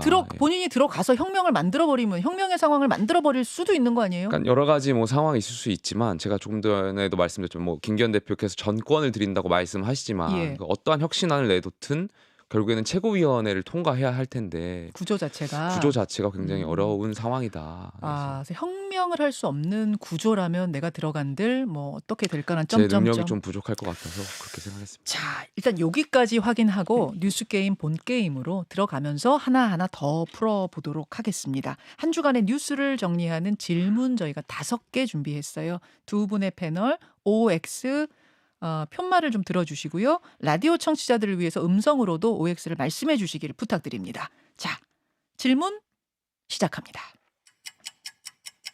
첫 번째 질문, 주관식입니다. 어제 발표된 국민의힘 혁신위원 12명, 두 분 각자 점수를 매겨주신다면요. 먼저 장경태 최고 60점입니다. 김용태 전 최고 B 플러스 하겠습니다. 점수로 환산하자면 4.5 만점에 3.5. 아니 100점 만점을 해야죠.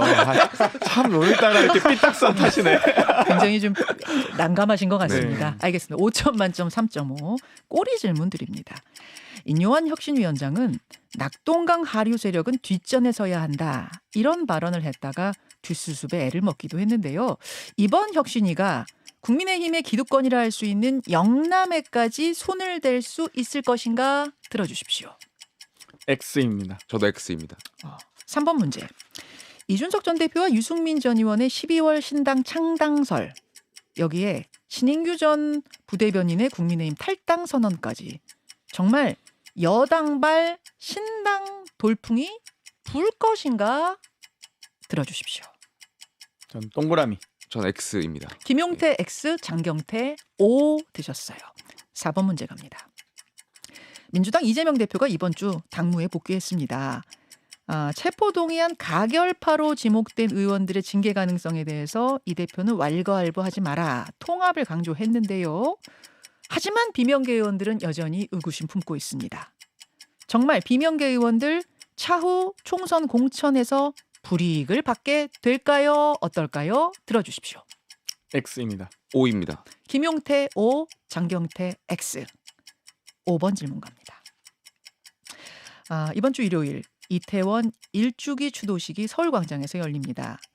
대통령실에서는 유가족과 야당이 공동 주최하는 행사란 이유로 윤 대통령은 참석할 수 없다 발표를 했는데요. 그러자 다시 민주당에서 대통령이 그래서 못 나오신다고 하면 우리가 공동 주최해서 빠지겠다. 그러니 나오셔라 라고 제안했습니다. 과연 윤석열 대통령은 최종 어떤 선택을 하게 될까요? 참석 O, 불참 X 들어주십시오. X입니다. O입니다. 참석하셔야 된다라고 생각합니다. 야, 여기까지 5개 문제로 이번 주를 좀 정리해 봤는데요. 일단 국민의힘 혁신위원에 대한 점수부터 좀 보죠. 아까 60점 장경태 최고 주셨고 B+입니다. 그러니까 대학원에서 그 출석만 잘해도 먹고 들어간 점수가 있기 때문에 일단 지켜봐야 되니까요. 아니, 지켜본다는 의미로 이제 B+ 5점 만점에 3.5점. 장경태 최고. 그러니까 민주당에서 보기에는 좀 어떻습니까? 솔직하게. 처음에 이제 인요한 위원장 내정 발표가 됐을 때는 뭐 기대 반, 뭐 우려 반 정도였습니다. 왜냐하면 많은 분들이 아마 국민의힘 의원님들도 그러셨을 거예요. 당 외부에서 오시는 분들에 대한 참신성도 있지만 이 정치 구조와 정당 활동을 잘 이해하지 못하면서 발생하는 여러 가지 문제들은 있거든요. 그렇기 때문에 정치라는 영역도 전문 분야이기 때문에 그런 우려도 있었을 텐데 위원 인선 발표가 나고 나서 저희 민주당 입장에서는 다행이다라고 생각했고요. 자, 그럼 인요한 위원장 발표될 때만 해도 그래도 생각보다 잘 뽑았는데 이랬다가 잘 뽑기보다는 잘할 수 있을까 갸우뚱하긴 했지만 뭐 어찌됐건 잘할 수도 있다라는 생각이 생각보다 있었죠. 그래도 뭐 괜찮네 했다가 혁신위원 12명 명단 보고는 다행이다.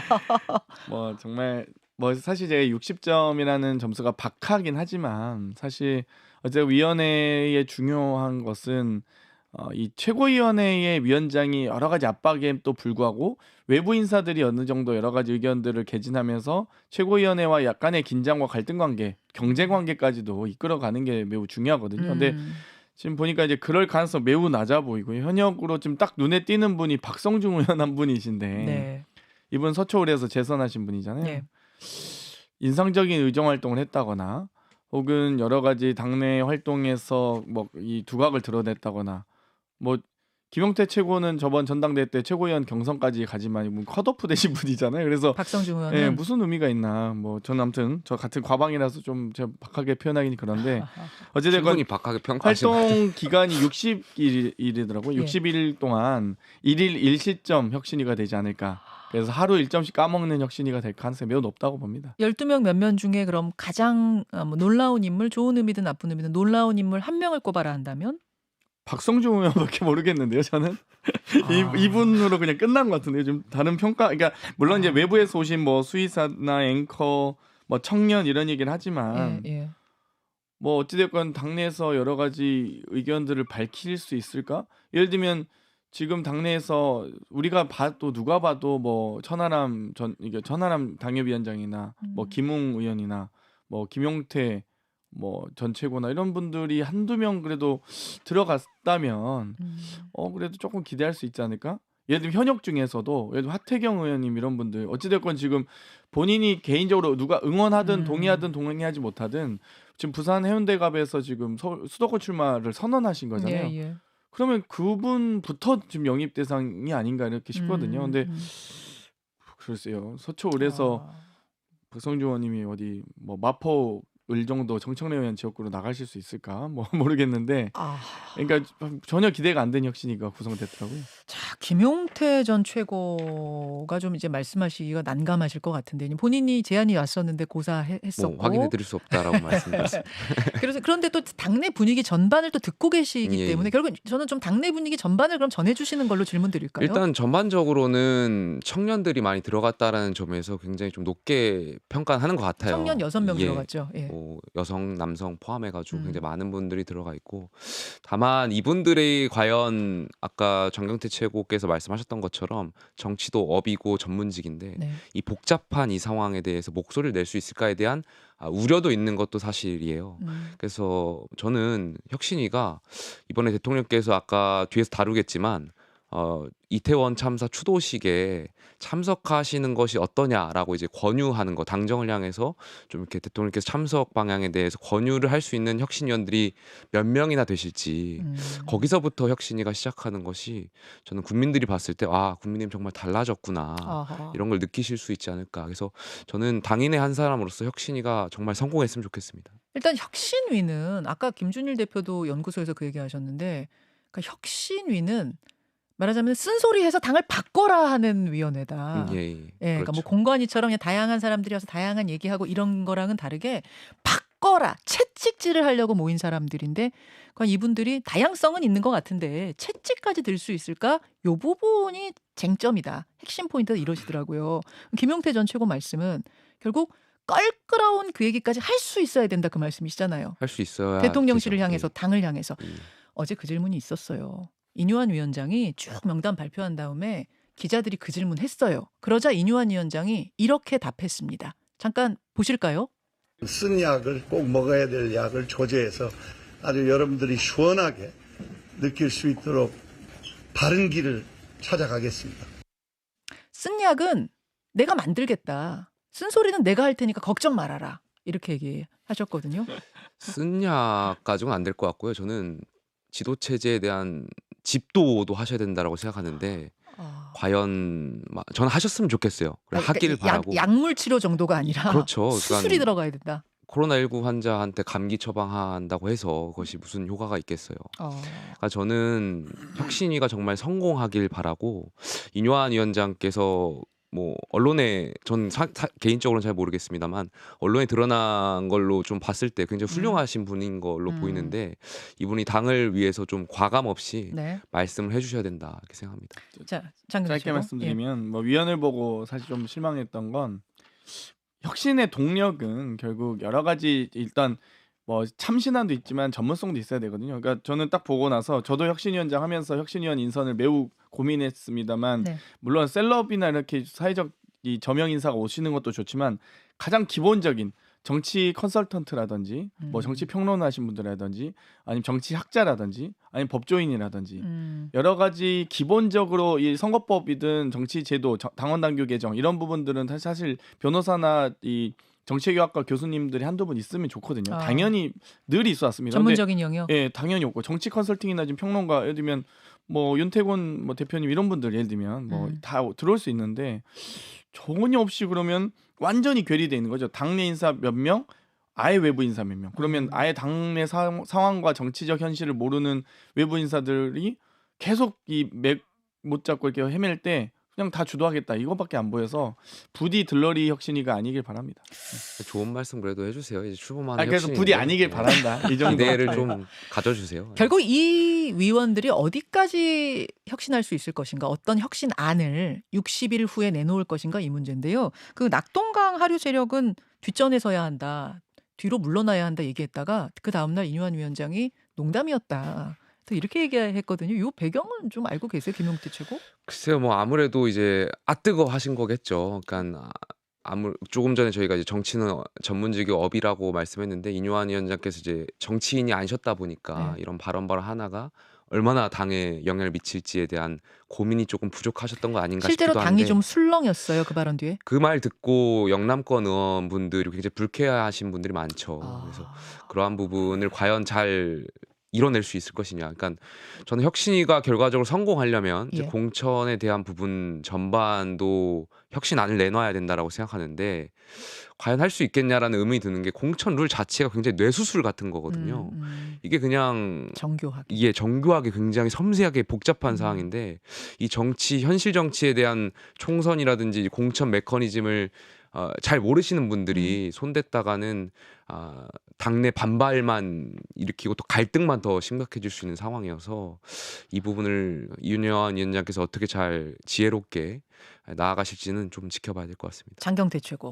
저는 이 말을 물론 이제 영남 지역 의원님들이 뭐 따뜻한 아랫목에 있다라고도 이해했지만 사실 이런 표현을 아마 이 방송을 듣는 분들도 좀 들어보신 적 있을 것 같아요. 예를 들면 TK 쪽 분들이 이 부울경 부산 뭐 경남 이쪽 PK 쪽 분들을 물 아랫 사람 뭐 아니면 강 하류 사람 이렇게 표현하는 좀 더 이 저급한 표현이 있습니다만 제가 그렇게 쓸 수는 없어서 이렇게 얘기하는 표현들이 있는데 그 인식이 있으신가?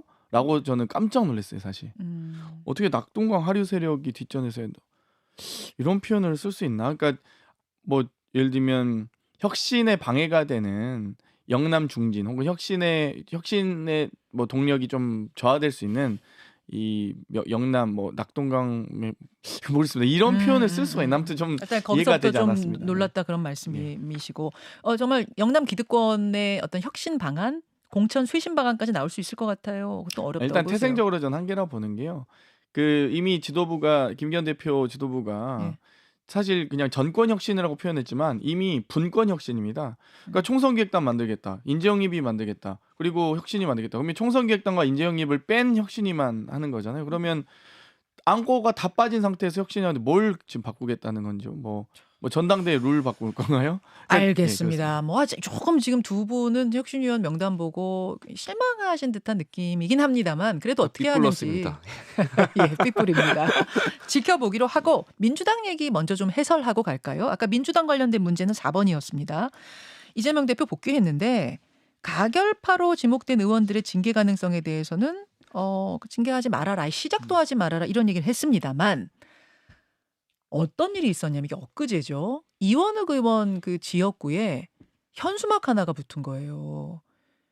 나한테 뭐 한 발의 총알이 있다면 외놈보다 뭐 민주주의 배신한 매국노를 먼저 처단할 거다. 이러면서 그 위에 이른바 수박이라고 강성 지지층이 부르는 그 비명계 의원들 얼굴을 쭉 놓은 겁니다. 근데 저는 문구가 너무 살벌해서 아니 사실은 정치적 자유라는 게 정치적 의사표현의 자유는 있습니다만 이거는 거의 테러 수준이 아닌가 뭐 이런 느낌까지 좀 들었단 말입니다. 이 정도가 되면은 이재명 대표가 뭔가 좀 더 강력한 제지 메시지를 내야 되는 건 아니냐 뭐 이런 이야기 나왔던 것 같아요. 장경태 측은 어떻게 보세요? 이미 강력한 메시지를 많이 내셨고요. 극단적 사례에 대해서는 이미 징계가 된 바가 있습니다. 그렇기 때문에 또 그런 부분에 대해서 모 의원님께서 감사하다 지도부에게 얘기하신 것도 있고요. 그래서 아주 극소수의 아주 이 극단적 일탈 행위에 대해서 당연히 강력하게 징계할 의지가 있고요. 또 징계를 실제 하고 있고 하지만 그걸 가지고 민주당 당원 120만 명을 전체를 싸잡아서 이렇게 매도하는 건 대단히 경계해야 된다라고 다시 한번 말씀드리고 싶습니다. 불이익에 대해서도 저희 민주당은 1년 전에 이 총선 룰, 공천 룰을 확정하게 되어 있습니다. 네. 뭐 국민의힘의 당원 당규와 완전히 다른 정당인데요. 그렇기 때문에 저희는 이미 징계하지 않기로 가결, 뭐 소위 가부에 대해서 징계하지 않기로 결정한 만큼 거기에 대해서 징계를 해도 뭐 당직 정지가 아닌 당원권 정지까지 가야지 감산이 되는 등의 실질적 불이익이 있기 때문에 지금 상태에서 아무런 불이익이 없습니다. 그러니까 똑같이 경선 붙어서 똑같이 본인들께서 동등하게 경쟁하실 수 있다라고 말씀드릴 수 있겠습니다. 이미 저런 행동하지 말아라라는 메시지는 충분히 나갔다고 보세요? 실제 징계를 하고 있습니다. 지금 저희가 당에서. 그럼 저 현수막에 대해서도 이제 징계 있습니까? 그러니까 징계 청원이 있어야겠죠. 그러니까 누군가가 당연히 저기에 대해서 뭐 이현욱 의원실 지역사무소나 이현욱 의원님을 지지하는 당원들께서 윤리심판원에 징계 청원을 하시면요, 당연히 징계 절차 들어갑니다. 장경태 최고 보시기에도 저거 돈 넘은 거 맞죠? 저것도 그러니까 실제로 막 문자, 악성 문자 이렇게 보내시는 분들 중에서도 그 문자를 이 신고 센터가 있습니다. 센터도 설치했거든요. 그래서 센터에서 당연히 당원조회도 하고, 근데 실제 비당원인 분들이 더 많으세요. 저희가 이제 그 여러 문자를 의원님들에게 악성 또 저급 문자를 보내시는 분들을 다 신고가 들어오거든요. 그 센터에서 당원조회도 다 하는데 실제 당원이 아닌 분들이 더 많습니다. 그래서 좀 그런 분들에 대해서는 저희도 경계하면서도 만약 저게 지금 이 누가 현수막 개첩한 분이 확인만 된다면 저희도 당연히 징계 절차 들어갈 수 있죠. 당연히 징계 절차. 근데 저는 더 확실한 메시지를 이재명 대표가 내셔야 된다라고 생각해요. 그러니까 내년 총선의 승패 중에 중요한 축이 저는 비명계 의원들을 민주당이 잘 봉합하느냐 아니면 비명계 의원들을 국민의힘이 영입까지 하느냐 에 달려 있다라고 생각해요. 그러니까 여러 가지 축이 있겠지만 그 정도로 핵심 축이라고 생각해요. 과거에 저희가 2003년도인가요? 그때 저희 한나라당 시절에 독수리 오영재라고 해서 김부겸, 김영춤 이런 분들이 민주당 통합연대로 가셨는데 그때 갈 때가 결국에는 과거에 이 우리 당의 어떻게 보면은 기득권적이고 그런 민정당의 유산이 남아있다면서 가신 거였거든요. 그러니까 똑같이 그런 상황이 저는 민주당에서 있을 수 있다라고 보여지고 있을 수 있다고 보세요? 예, 지금 상황에서는 결국에는 통합을 그러니까 어루만지고 가는 것처럼 하지만 결과적으로 확실한 메시지를 안 내고 끝까지 줄다리기 하는 것을 보면 민주당이 공천까지도 아마 이 비명계 의원들을 괴롭힐 것 같다라는 생각이 들고 물론 그분들이 이제 판단을 하시겠지만 그분들을 누가 이제 잘 통합하느냐가 내년 총선의 저는 승점 포인트 중에 하나라고 생각합니다. 자연스럽게 이제 신당 얘기를 좀 넘어가게 되는데 아까 문제도 있었습니다만 일단은 여권발이에요. 지금 나오는 소문들은 유승민, 뭐 이준석, 아까 이현주 전 의원 출연하셨던 이현주 전 의원 또 신인규 전 부대변인 이미 탈당을 해서 이제 신당 만들겠다는 의지도 밝혔고 결국은 만들어질 것 같다. 뭐 누구누구가 함께 할지 모르겠지만 만들어질 것 같다. 거기에 민주당 비명계원들도 합류할지도 모른다. 그래서 정말 큰 빅텐트가 나올지도 모른다. 김종인 위원장이 그걸 지휘할 수 있을지도 모른다. 이야기가 여기까지 가요. 소문 들으셨어요? 김용태 최고? 제가 말한 아까 그 비명계건까지 영입할 수도 있는 상황은 제 국민의힘을 전제로 말씀드렸던 거고 신당을 전제로 말씀드렸던 건 아닌 거고. 아직까지 김용태 최고가 국민의힘에서 공천받을 수 있다고 기대가 있는 거 아니에요? 아무튼 뭐 아니 그런 왜 기대는 그러세요? 좋으니까요. 왜 이걸 뭐 희망이란 건 좋은 저는 거니까요. 그 며칠 전에 신인규 부대변인 이제 탈당을 했잖아요. 근데 사실 사석에서 굉장히 많은 만남이 있었어요. 그래서 저는 만류를 했어요. 신인규 부대변인한테. 나가지 말라 그러셨어요? 왜냐하면 우리가 결국에는 대통령을 향해서 당정을 향해서 쓴소리를 내는 것도 윤석열 정권이 성공한다는 그 전제 아래서 하는 거고 우리 막스 베버에서 늘 신념윤리 책임윤리 말씀하시는데 책임윤리가 굉장히 중요한 거거든요. 우리가 어쨌든 윤석열 대통령을 후보로 내서 국민 선택을 받았고 그러면 대통령께서 더 좋은 정치를 하실 수 있게끔 우리 당내에서 역할을 해야 되는 거지 이것이 다 틀렸습니다 하고 나가게 되는 순간 이것은 좀 당인으로서 또 책임윤리적인 관점에서 좀 저는 판단을 다시 해봐야 될 것 같다 이런 말씀 좀 드렸거든요. 예. 근데 결과적으로 이제 신규 부대변이 뭐 워낙 친한 뭐 형 동생 한 사이고 예. 사석에서 뭐 결정하셨으니까. 자, 그럼 김용태 전 최고는 하태경 의원이 어제 그런 말했어요. 이번에 나가는 순간 보수와는 영영 함께할 수 없다는 메시지로 들릴 거다. 특히 이제 유승민, 이준석 이분들 한번 왜냐하면 당을 만들었었기 때문에 또 나가면 이제 끝이다라는 의미로 얘기했는데 김용태 전 최고는 그 하태경 의원 생각 동의하세요? 그건 조금 케이스를 나눠봐야 될 것 같아요. 그러니까 아까 제가 책임윤리라고 말씀드렸지만 어디까지나 당에서 활동할 수 있는 뭐 공천에 대한 만약에 불공정한 뭐 공천 컷오프를 시킨다든지 말도 안 되는 이유로 이런 식으로 만약에 된다면 불이익이 있다면 그거는 명분이 될 수 있겠죠. 창당에 대한. 그렇지만 그런 게 없다면 막 공천 주고 이런다면은 나가기 어렵다. 뭐 명분이 없다라고 저는 생각합니다. 예. 그러니까 민주당은 공천 룰이 있지만 국민의힘은 공천 룰이 없는 정당이거든요, 거의. 그래서 저는 그리고 혁신위가 활동 기한이 12월 24일입니다. 유승민, 이준석 전 대표가 이 탈당 가능성을 점친 기간이 12월 말이거든요. 예.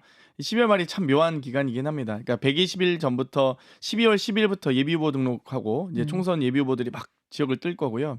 90일 전 1월 11일까지가 이 고위공직자 사퇴 시한이거든요. 출마자들.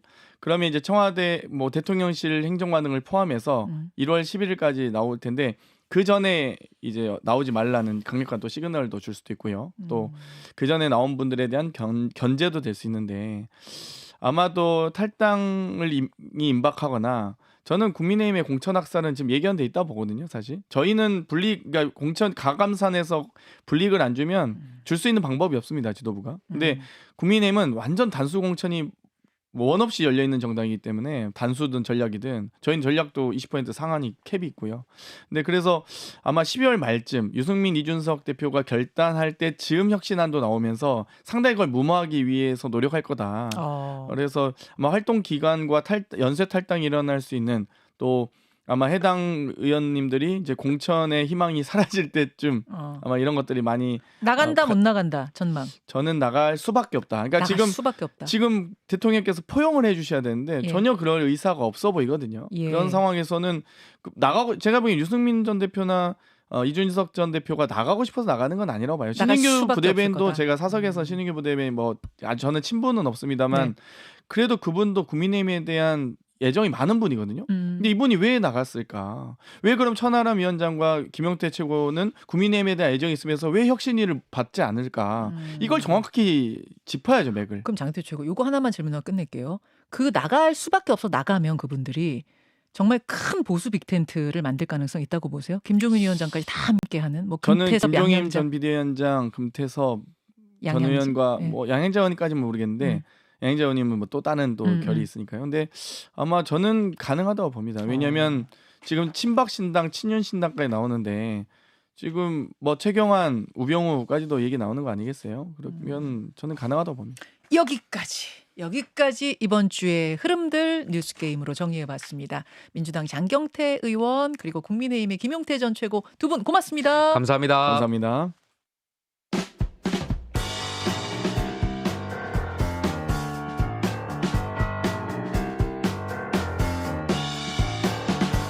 놓치마 뉴스.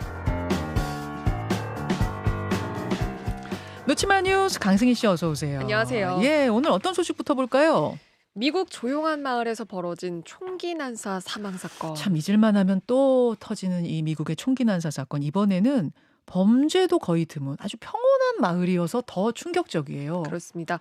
여기가 미국 동부 가장 끝에 위치한 메인주 루이스턴인데요. 네. 현지 시각으로 25일 저녁입니다. 네. 식당과 볼링장 이렇게 두 곳에서 총격이 있었거든요. 그런데 그 볼링장에서는 그 매주 주민들이 그 볼링 대회를 열어요. 예. 그래서 50명에 가까운 주민들이 모여 있었습니다. 이 루이스턴은 주민이 한 4만 명 정도로 굉장히 작은 마을이고요. 그리고 미국에서도 범죄 발생이 굉장히 드문 지역입니다. 그래서 주민들은 총기 난사라고는 처음에 상상도 못했다고 전했거든요. 이 볼링장에서만 7명이 목숨을 잃었고요. 그리고 12분 뒤에 볼링장 근처 다른 식당에서 2차 범행이 있었고 그래서 총 18명이 숨지고 60명 이상이 다쳤습니다. 그런데요. 아직 이 용의자가 안 잡혔어요. 아, 용의자가 특정은 된 것 같던데 잡히진 네. 않은 거예요? 그렇습니다. 어떤 사람입니까? 40대 남성이고요. 로버트 카드라는 이 인물을 특정을 하고 경찰이 쫓고 있거든요. 네. 그런데 총기 전문가입니다. 2002년부터 예비군에 복무한 예비군 하사고요. 네. 그래서 총기 교관 자격증을 갖고 있는 인물이고요. 그리고 올여름에 정신병원에 입원했던 전력이 있는 사람이었습니다. 용의자가 총기로 무장한 상태이기 때문에 경찰이 주민들한테 신신당부를 하고 비상명령을 내렸거든요. 네, 네. 집 문을 꼭 잠그고 밖으로 나오지 말아라. 비상명령이 떨어진 상태입니다. 그러니까 정신질환이 있는 총기 전문가. 네. 총기 전문가. 총을 잘 쏘는 사람인데 지금 정신에 문제가 있어서 저런 일을 벌이고 있는 거라면 공포감은 상당할 것 같네요. 네. 미국 사회. 빨리 잡혀야 될 텐데 말이죠. 맞습니다. 다음으로 갑니다. 절도범이 일본에서 가져온 우리 불상. 그런데 소유권은 일본에 있다. 이거 어제 대법원 판단 아니에요? 맞습니다. 대법원의 결정인데 일단 어떤 겁니까 이게? 이 불상이요. 금동관음 보살 좌상이라고 하는 불상인데요. 네. 고려 시대 때 그 우리나라로 약탈이 됐고, 그러니까 약탈 당한 거거든요. 그러니까 약탈을 당해서 그 주인은 결국 이 판단에 따라서 부석사가 소유권이 있는 걸로 확정이 됐는데, 그런데 이렇게 약탈당한 그 불상이 일본 사찰에 있다가요. 이 절도범이 2012년에 우리나라로 가져왔습니다. 네. 그렇게 밀반입이 된 건데, 그런데 그 이 충남 서산 부석사가 국가를 상대로 유체 동산 인도 청구 소송을 냈습니다. 그러니까 이 불상은 약탈을 당했지만 소유권은 우리나라에 있다. 그러니까 이거를 인정을 해달라는 그런 소송인데요. 제가 지금 헷갈려요. 그러니까 원래 고려시대 우리나라 건데 일본이 이거를 가져가서 네. 약탈에 간 거죠. 네. 일본의 한 사찰에 있다가 우리나라 도둑이 네. 그 일본 사찰에서 이걸 가지고 와서 네. 부석사로는 어떻게 흘러간 거예요? 그러니까 부석사하고도 이것도 소송 과정이 있었거든요. 그러니까 거기에 그 불상에 적혀 있는 그 이름이 예. 충남 서산 부석사가 맞냐 뭐 이 논쟁이 있었는데, 그러니까 이번에 소송을 거치면서 부석사 소유는 맞다고 인정이 됐습니다. 그러니까 도굴꾼이 이 도둑이 일본 사찰에서 가지고 와가지고 팔려고 현금화하려고 시장에 내놨다가 잡힌 거예요. 이게 네네네. 이제 잡아놓고 보니까 거기에 이렇게 뭐 사인도 있고 하니까 이건 부석사 겁니다 하면서 나라가 부석사한테 줬는데 네. 이번에 이 법원 판단이 소유권은 일본 사찰이다 이렇게 네. 됐다는 거예요. 네, 여기에 좀 주목을 해봐야 됩니다. 대체 왜 우리나라 판단인데 왜 일본 소유가 된 거냐? 그러니까 우리나라 그 불상인데, 그러니까 왜 일본에 이거를 반환을 해야 되는 거냐라는 네. 건데요. 네. 그런데 대법원의 판단이 일본의 민법을 따랐거든요. 그러니까 이것도 좀 주목을 해봐야 됩니다. 대체 우리 법원이 왜 일본법을 따르냐라는 건데요. 그러게요. 그런데 이거는 국제사법에서 취득시효에 따른 겁니다. 그러니까 타인의 물건이라도 일정 기간을 점유했다면 소유권이 넘어간 걸로 본다라는 거예요. 그래서 그 시효가 끝날 때 이 물건이 소재한 곳의 법을 적용을 하는 건데 네. 그 취득 시효가 20년입니다. 그런데 20년은 일본에서 이미 고려 시대 때 끝이 났죠. 끝났죠. 네. 그래서 일본의 법을 적용하는 걸로 보는 거고요. 이렇게 판단이 내려지면서 불교계가 결국 반발을 할 수밖에 없었습니다. 그러니까 빼앗긴 약탈 문화재에 대해서 이 소유자의 정당한 권리를 가로막은 반역사적 판결이다. 이렇게 반발을 했고요. 반면에 일본은 뭐 크게 환영하는 입장이죠. 하루빨리 반환될 수 있도록 우리 정부 촉구하겠다. 이런 입장 냈습니다. 여기까지 놓치마 뉴스 수고하셨습니다. 고맙습니다. 왜 세계는 엑스포에 열광할까요? 세상에 없던 기술을 탄생시켰고 우리를 더 가깝게 연결했으며 이렇게 위대한 건축물도 만들었죠. 이제 대한민국에서 시작됩니다. 세상에 없던 세상을 바꿀 단 하나의 엑스포 2030 부산 세계 박람회. 새로운 엑스포를 원해 부산에 유치해. 서울을 서울답게, 건축을 건축답게. 이 캠페인은 서울특별시 건축사회와 함께합니다.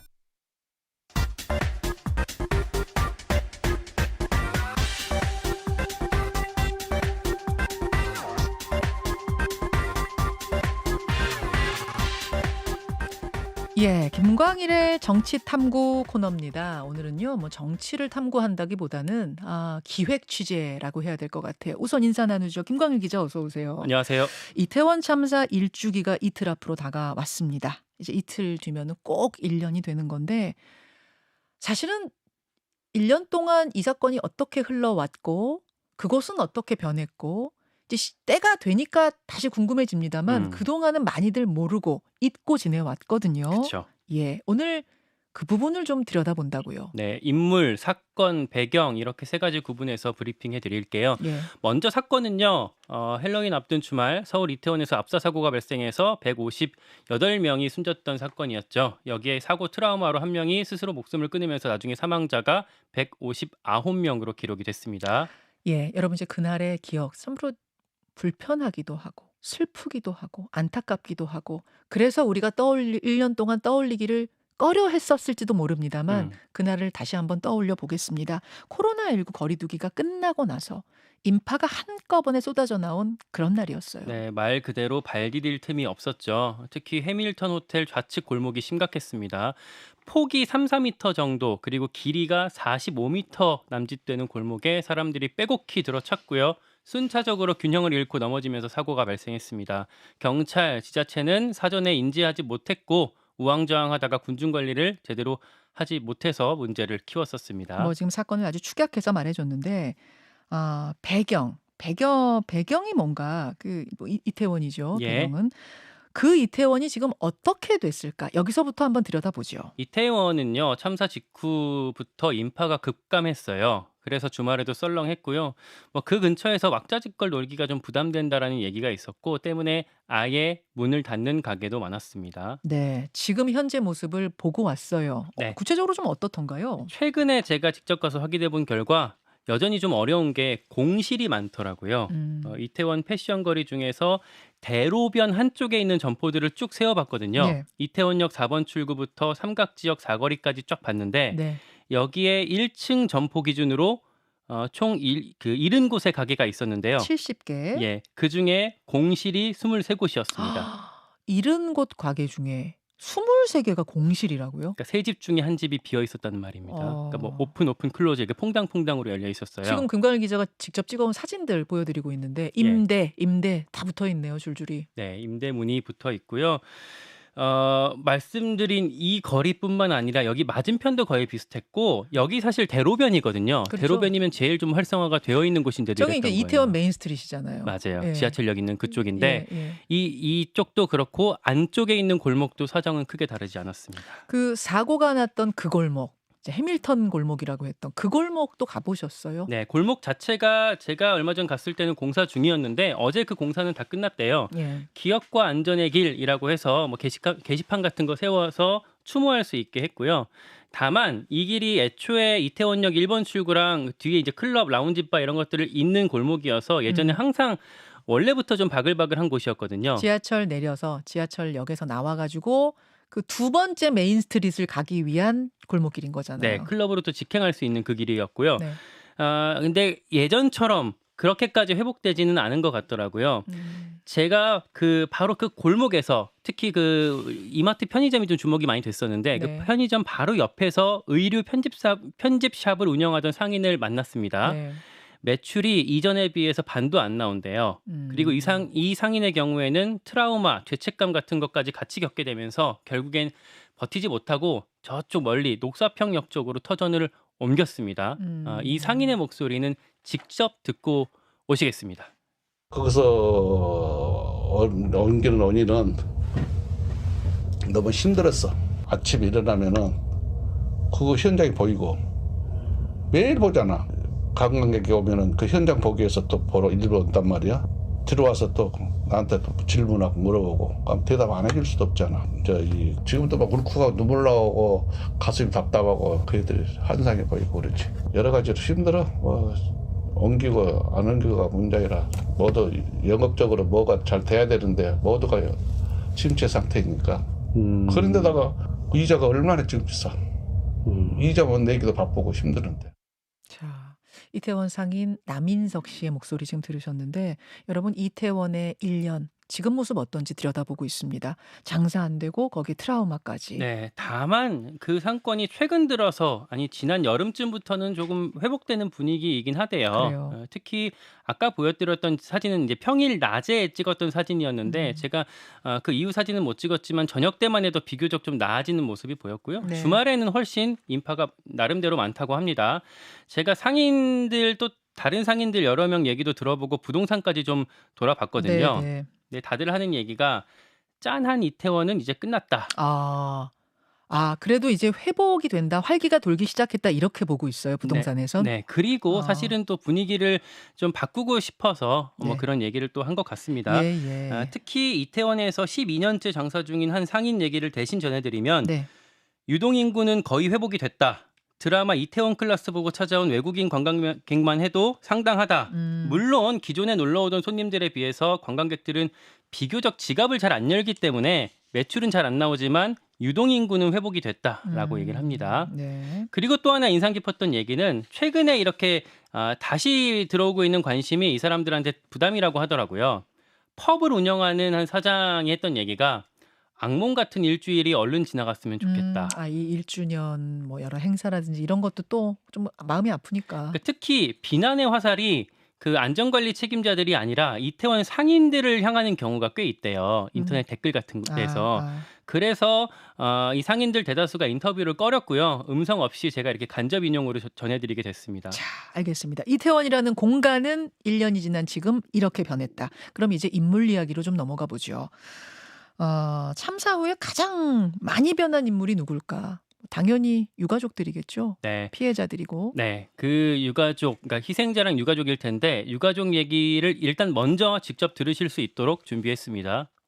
참사 전하고는 완전히 다른 사람이 돼 있는 것 같아요. 지금은 일은 거의 안 하고 이쪽으로만 다니면서 활동과 비슷한 뭐 흉내도 낼 때도 있고 거의 변한 것 같아요. 많이. 투사가 됐다 그래나?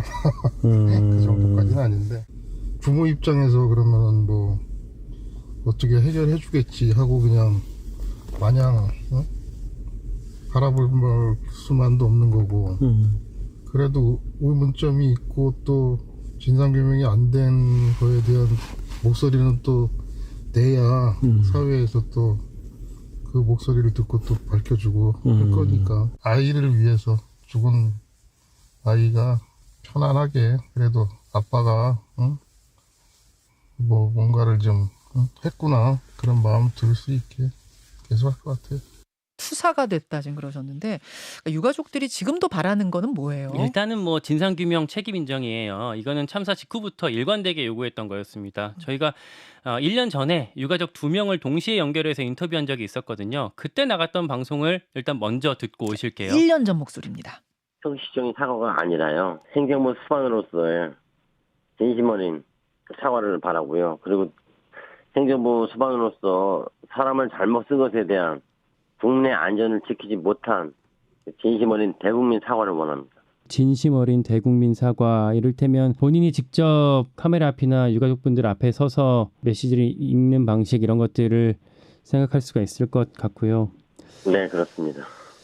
대통령님의 유감 표명이나 이런 정도가 아니고 저는 공식적인 사과 담화문 발표 정도는 있어야 된다고 생각합니다.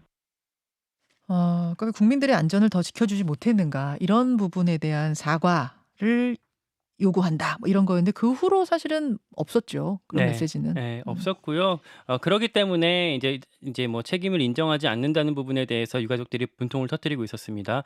방금 인터뷰에 등장했었던 송채림 씨 아버지랑 제가 어제 다시 통화를 했거든요. 아, 조금 전에 그 목소리 주인공과 예, 그 목소리 어제 제가 통화했던 내용도 직접 들어보실게요. 예. 제가 그때 대통령 사과가 중요하다는 이야기는 이 정부의 책임자가 사과를 하면 그 밑에 사람들의 잘못은 자연스럽게 나올 거라고 생각해요. 대통령이 사과를 했는데 네. 그럼 그 밑에 있는 장관은 내가 뭐를 잘못했을까? 그 밑에 경찰청장은 나는 뭐를 잘못했을까? 이렇게 나가지 않겠어요? 대통령이 사과까지 했는데 근데 대통령이 사과를 안 하고 있으니 자기들도 잘못한 게 없다 이렇게 지금 나가고 있는 거잖아요. 단 한 명도 저희 아이들 영정 앞에 와서 잘못했다고 연관이 돼서 잘못한 부분이 있었다라는 사람이 단 한 명도 없어요. 굉장히 속이 상하실 수밖에 없는 게 뭐냐면 그때 이제 이런 이야기들을 했어요. 주최 측이 없는 행사였기 때문에 우리가 어떻게 할 수가 없었다 미리. 주최 측이 없는 행사였기 때문에 더 관계기관들이 구청이 경찰서가 더 관리를 철저히 했었어야 되는 거 아니냐. 그렇죠. 이런 예. 거죠.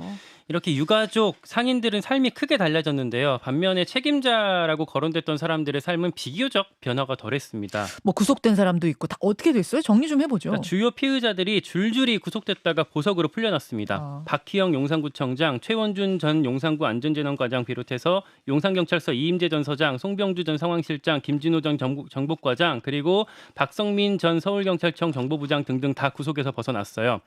아시다시피 참사 책임의 몸통으로 꼽혔던 이상민 행안부 장관도 탄핵 심판 기각으로 업무에 정상 복귀했고요. 아니 지금 보석으로 풀려난 사람들이 굉장히 많네요. 네. 한 명씩 좀 볼까요? 뭐 근황 취재를 해보셨어요? 일단 먼저 박희영 구청장이 보석으로 풀려난 뒤에 구정에 복귀를 했습니다. 저는 개인적으로 좀 놀랐는데 아주 정상적으로 평범하게 구정을 수행하고 있었어요. 그러니까 보석으로 풀려날 때는 제가 기억하기에 건강 문제라고 했거든요. 근데 바로 출근했어요. 네.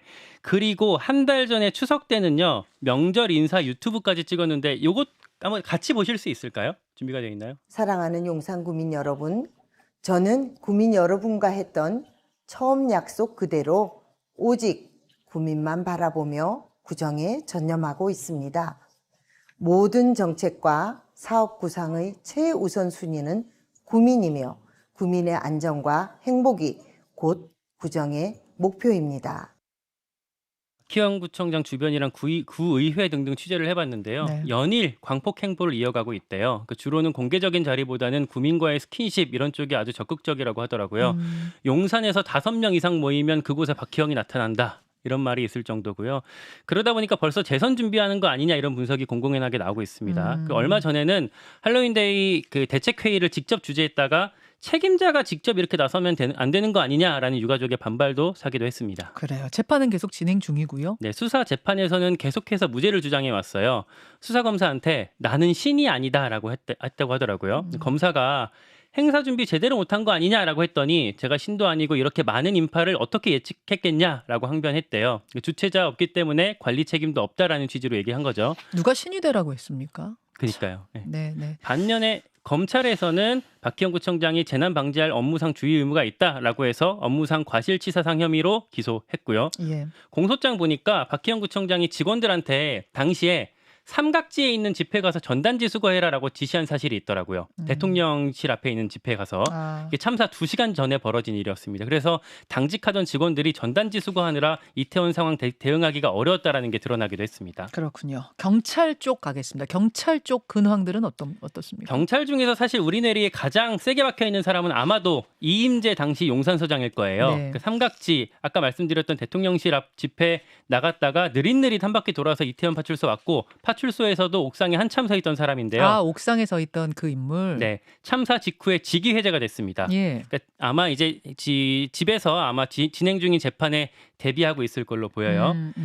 다만 이 사람에 대해서도 수사로 나중에 밝혀진 부분 간단히 좀 말씀드리면 예. 이임재 서장이 그 녹사평역에서 관용차 탔을 때 한 700m 정도면 이태원 파출소 갈 수 있는데 한참을 돌아서 왔잖아요. 그러니까 걸어서 15분 거리를 1시간 동안 빙 둘러서 왔던 게 그때 알려졌었는데 그때 굉장히 미스테리였죠, 그게. 알고 보니까 그 이것도 역시나 대통령 관저랑 관계가 있었던 거예요. 그러니까 당시 운전 요원이 검찰에 진술을 했는데 네. 차가 이렇게 막히면 대통령 관저는 이상이 없겠나 하고 한남동 관저 쪽 순찰하고 가려고 돌아온 거다라고 검찰에 진술했다고 합니다. 그러니까 이게 근데 심지어 대통령이 관저에 입주하기 열흘 전이었는데 뭐가 그렇게 그쪽이 시급했는지 모르겠습니다. 아무튼 이임재 서장은 이 무전만으로는 참사 초기에 심각성을 인지하기 어려웠다라는 식으로 항변하고 있고요. 뿐만 아니라 경찰의 그 윗선까지도 누구 하나 나서서 책임지는 모습을 지금까지 보이지는 않고 있습니다. 딱 한 분만 더 시간이 없더라도 좀 근황이 궁금한 분이 있는데 예. 그때 112 최초 신고자가 있었어요. 네. 그러니까 저녁 6시 34분께에 저기 이마트 있잖아요. 그 근처에 내려올 수가 없어요. 빨리 오셔서 여기 좀 어떻게 해주세요. 신고했던 그분 제가 인터뷰했었는데 혹시 그분 어떻게 지내시나요? 그분이랑도 어제 통화를 했는데 그 신고 있잖아요. 지금 말씀하신 그 신고를 경찰에서는 우리 첫 신고로 보고 출동했다라고 했었거든요. 근데 나중에 보니까 아니었습니다. 경찰은 그 당시에 그 신고 보고 나가지 않았고 다른 신고를 갖고 끌어와서 그렇게 해명한 걸로 드러났습니다. 네, 그렇죠. 자, 여기까지 참 뭐 짧은 시간 안에 압축적으로 그 근황들을 살펴봤습니다. 김가을 기자 수고하셨습니다. 고맙습니다. 하수구는 왜 이렇게 자주 막히는 거야? 이러다 아랫집으로 누수되면 어떡하지? 또 냄새는 왜 나는 거야? 모든 시공이 가능한 현해환경에서 근본적인 해결을 해봐. 현해환경은 내시경으로 배관안을 보면서 이물질과 냄새를 싹 없애준대. 지금 당장 전화해. 1544-4469 1544-4469 현해환경. 낮아지는 공공성, 비싼 의료비의 걱정, 오르는 공공요금, 준비 못한 노후의 한숨, 가족이 탄 기차, 지하철이 항상 안전했으면 하는 바람. 이 모든 마음을 모아 올가을 노동자들이 나섭니다. 모두의 삶을 지키는 공공운수 노조. 레이가 전기차로 더 새로워졌어요. 소음 걱정 없이 오르막길도 가뿐. 전기차니까 유지비도 가뿐. 자유로운 공간 활용으로 비즈니스도 가뿐. 모두의 생활에 더욱 넓게 쓰일 생활 EV의 시작. 더 기아 레이 EV. Kia, movement that inspires. 저 소유진, 마시라면 자신 있게 말할 수 있죠.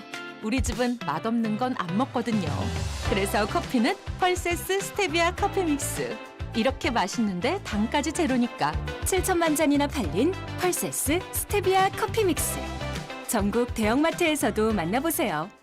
관절 관절 관절 관절 관절 관절 관절 관절 관절 관절 관절 관절 관절의 관절. 언제나 고생 많은 한국인의 관절, 이제 관첼로 챙기세요. 이 광고는 건강기능식품 광고입니다. 이 광고는 당신의 비즈니스 멘탈을 키워줍니다. 회의 전 3번만 되뇌세요. 팀장님, 제 생각은 다릅니다. 제 생각은 다릅니다. 제 생각은 다릅니다. 당신의 하루를 응원합니다. 비즈니스 멘탈웨어 브레인우드. 호연 씨, 좋은 아침. 제 생각은 다릅니다. 팀장님.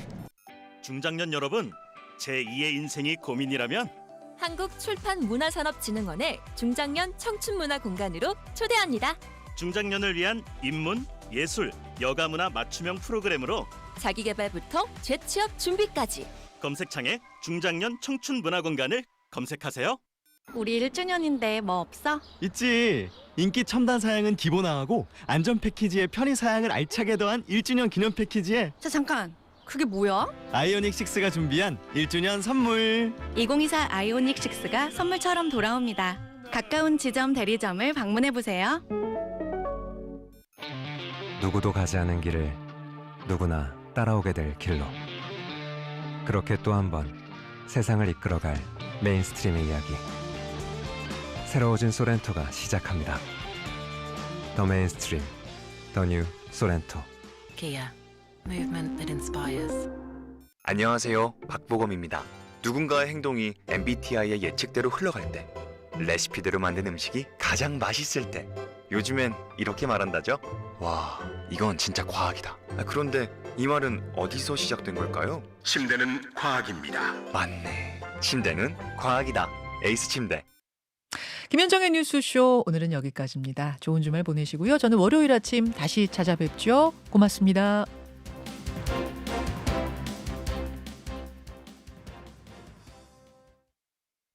CBS 여러분, 한 달에 65,000원으로 대중교통을 무제한 이용할 자, 라디오 청취자들과는 인사를 나누고 유튜브로만 함께 하려고 하는데 오늘 버퍼링이 정말 쉴 새 없이 쉴 새 없이 버퍼링에 동글뱅이가 돌아가고 있네요. 제 것도 마찬가지입니다. 제가 보고 있는 것도 계속해서 지금 끊겼다 됐다 끊겼다 됐다.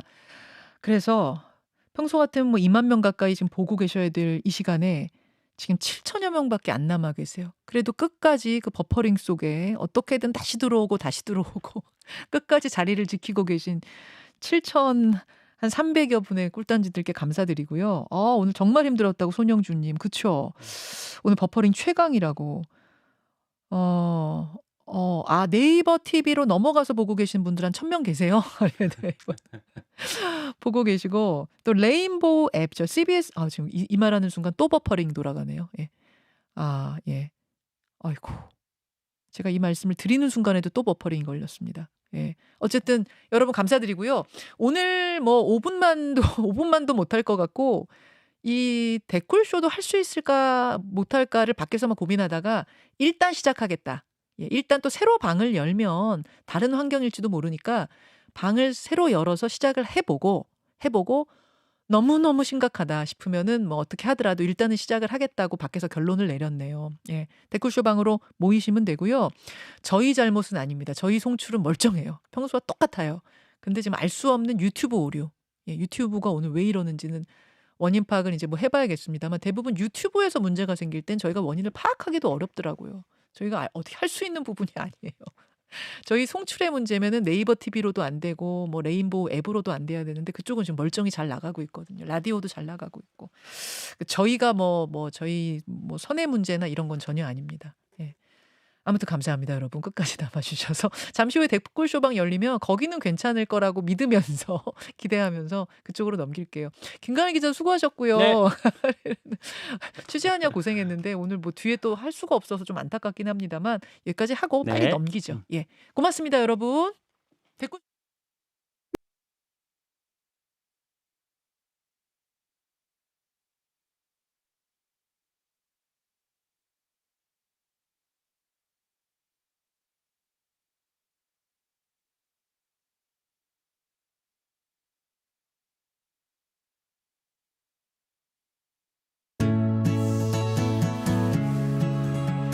김현정의 뉴스쇼는 시청자 여러분의 참여를 기다립니다.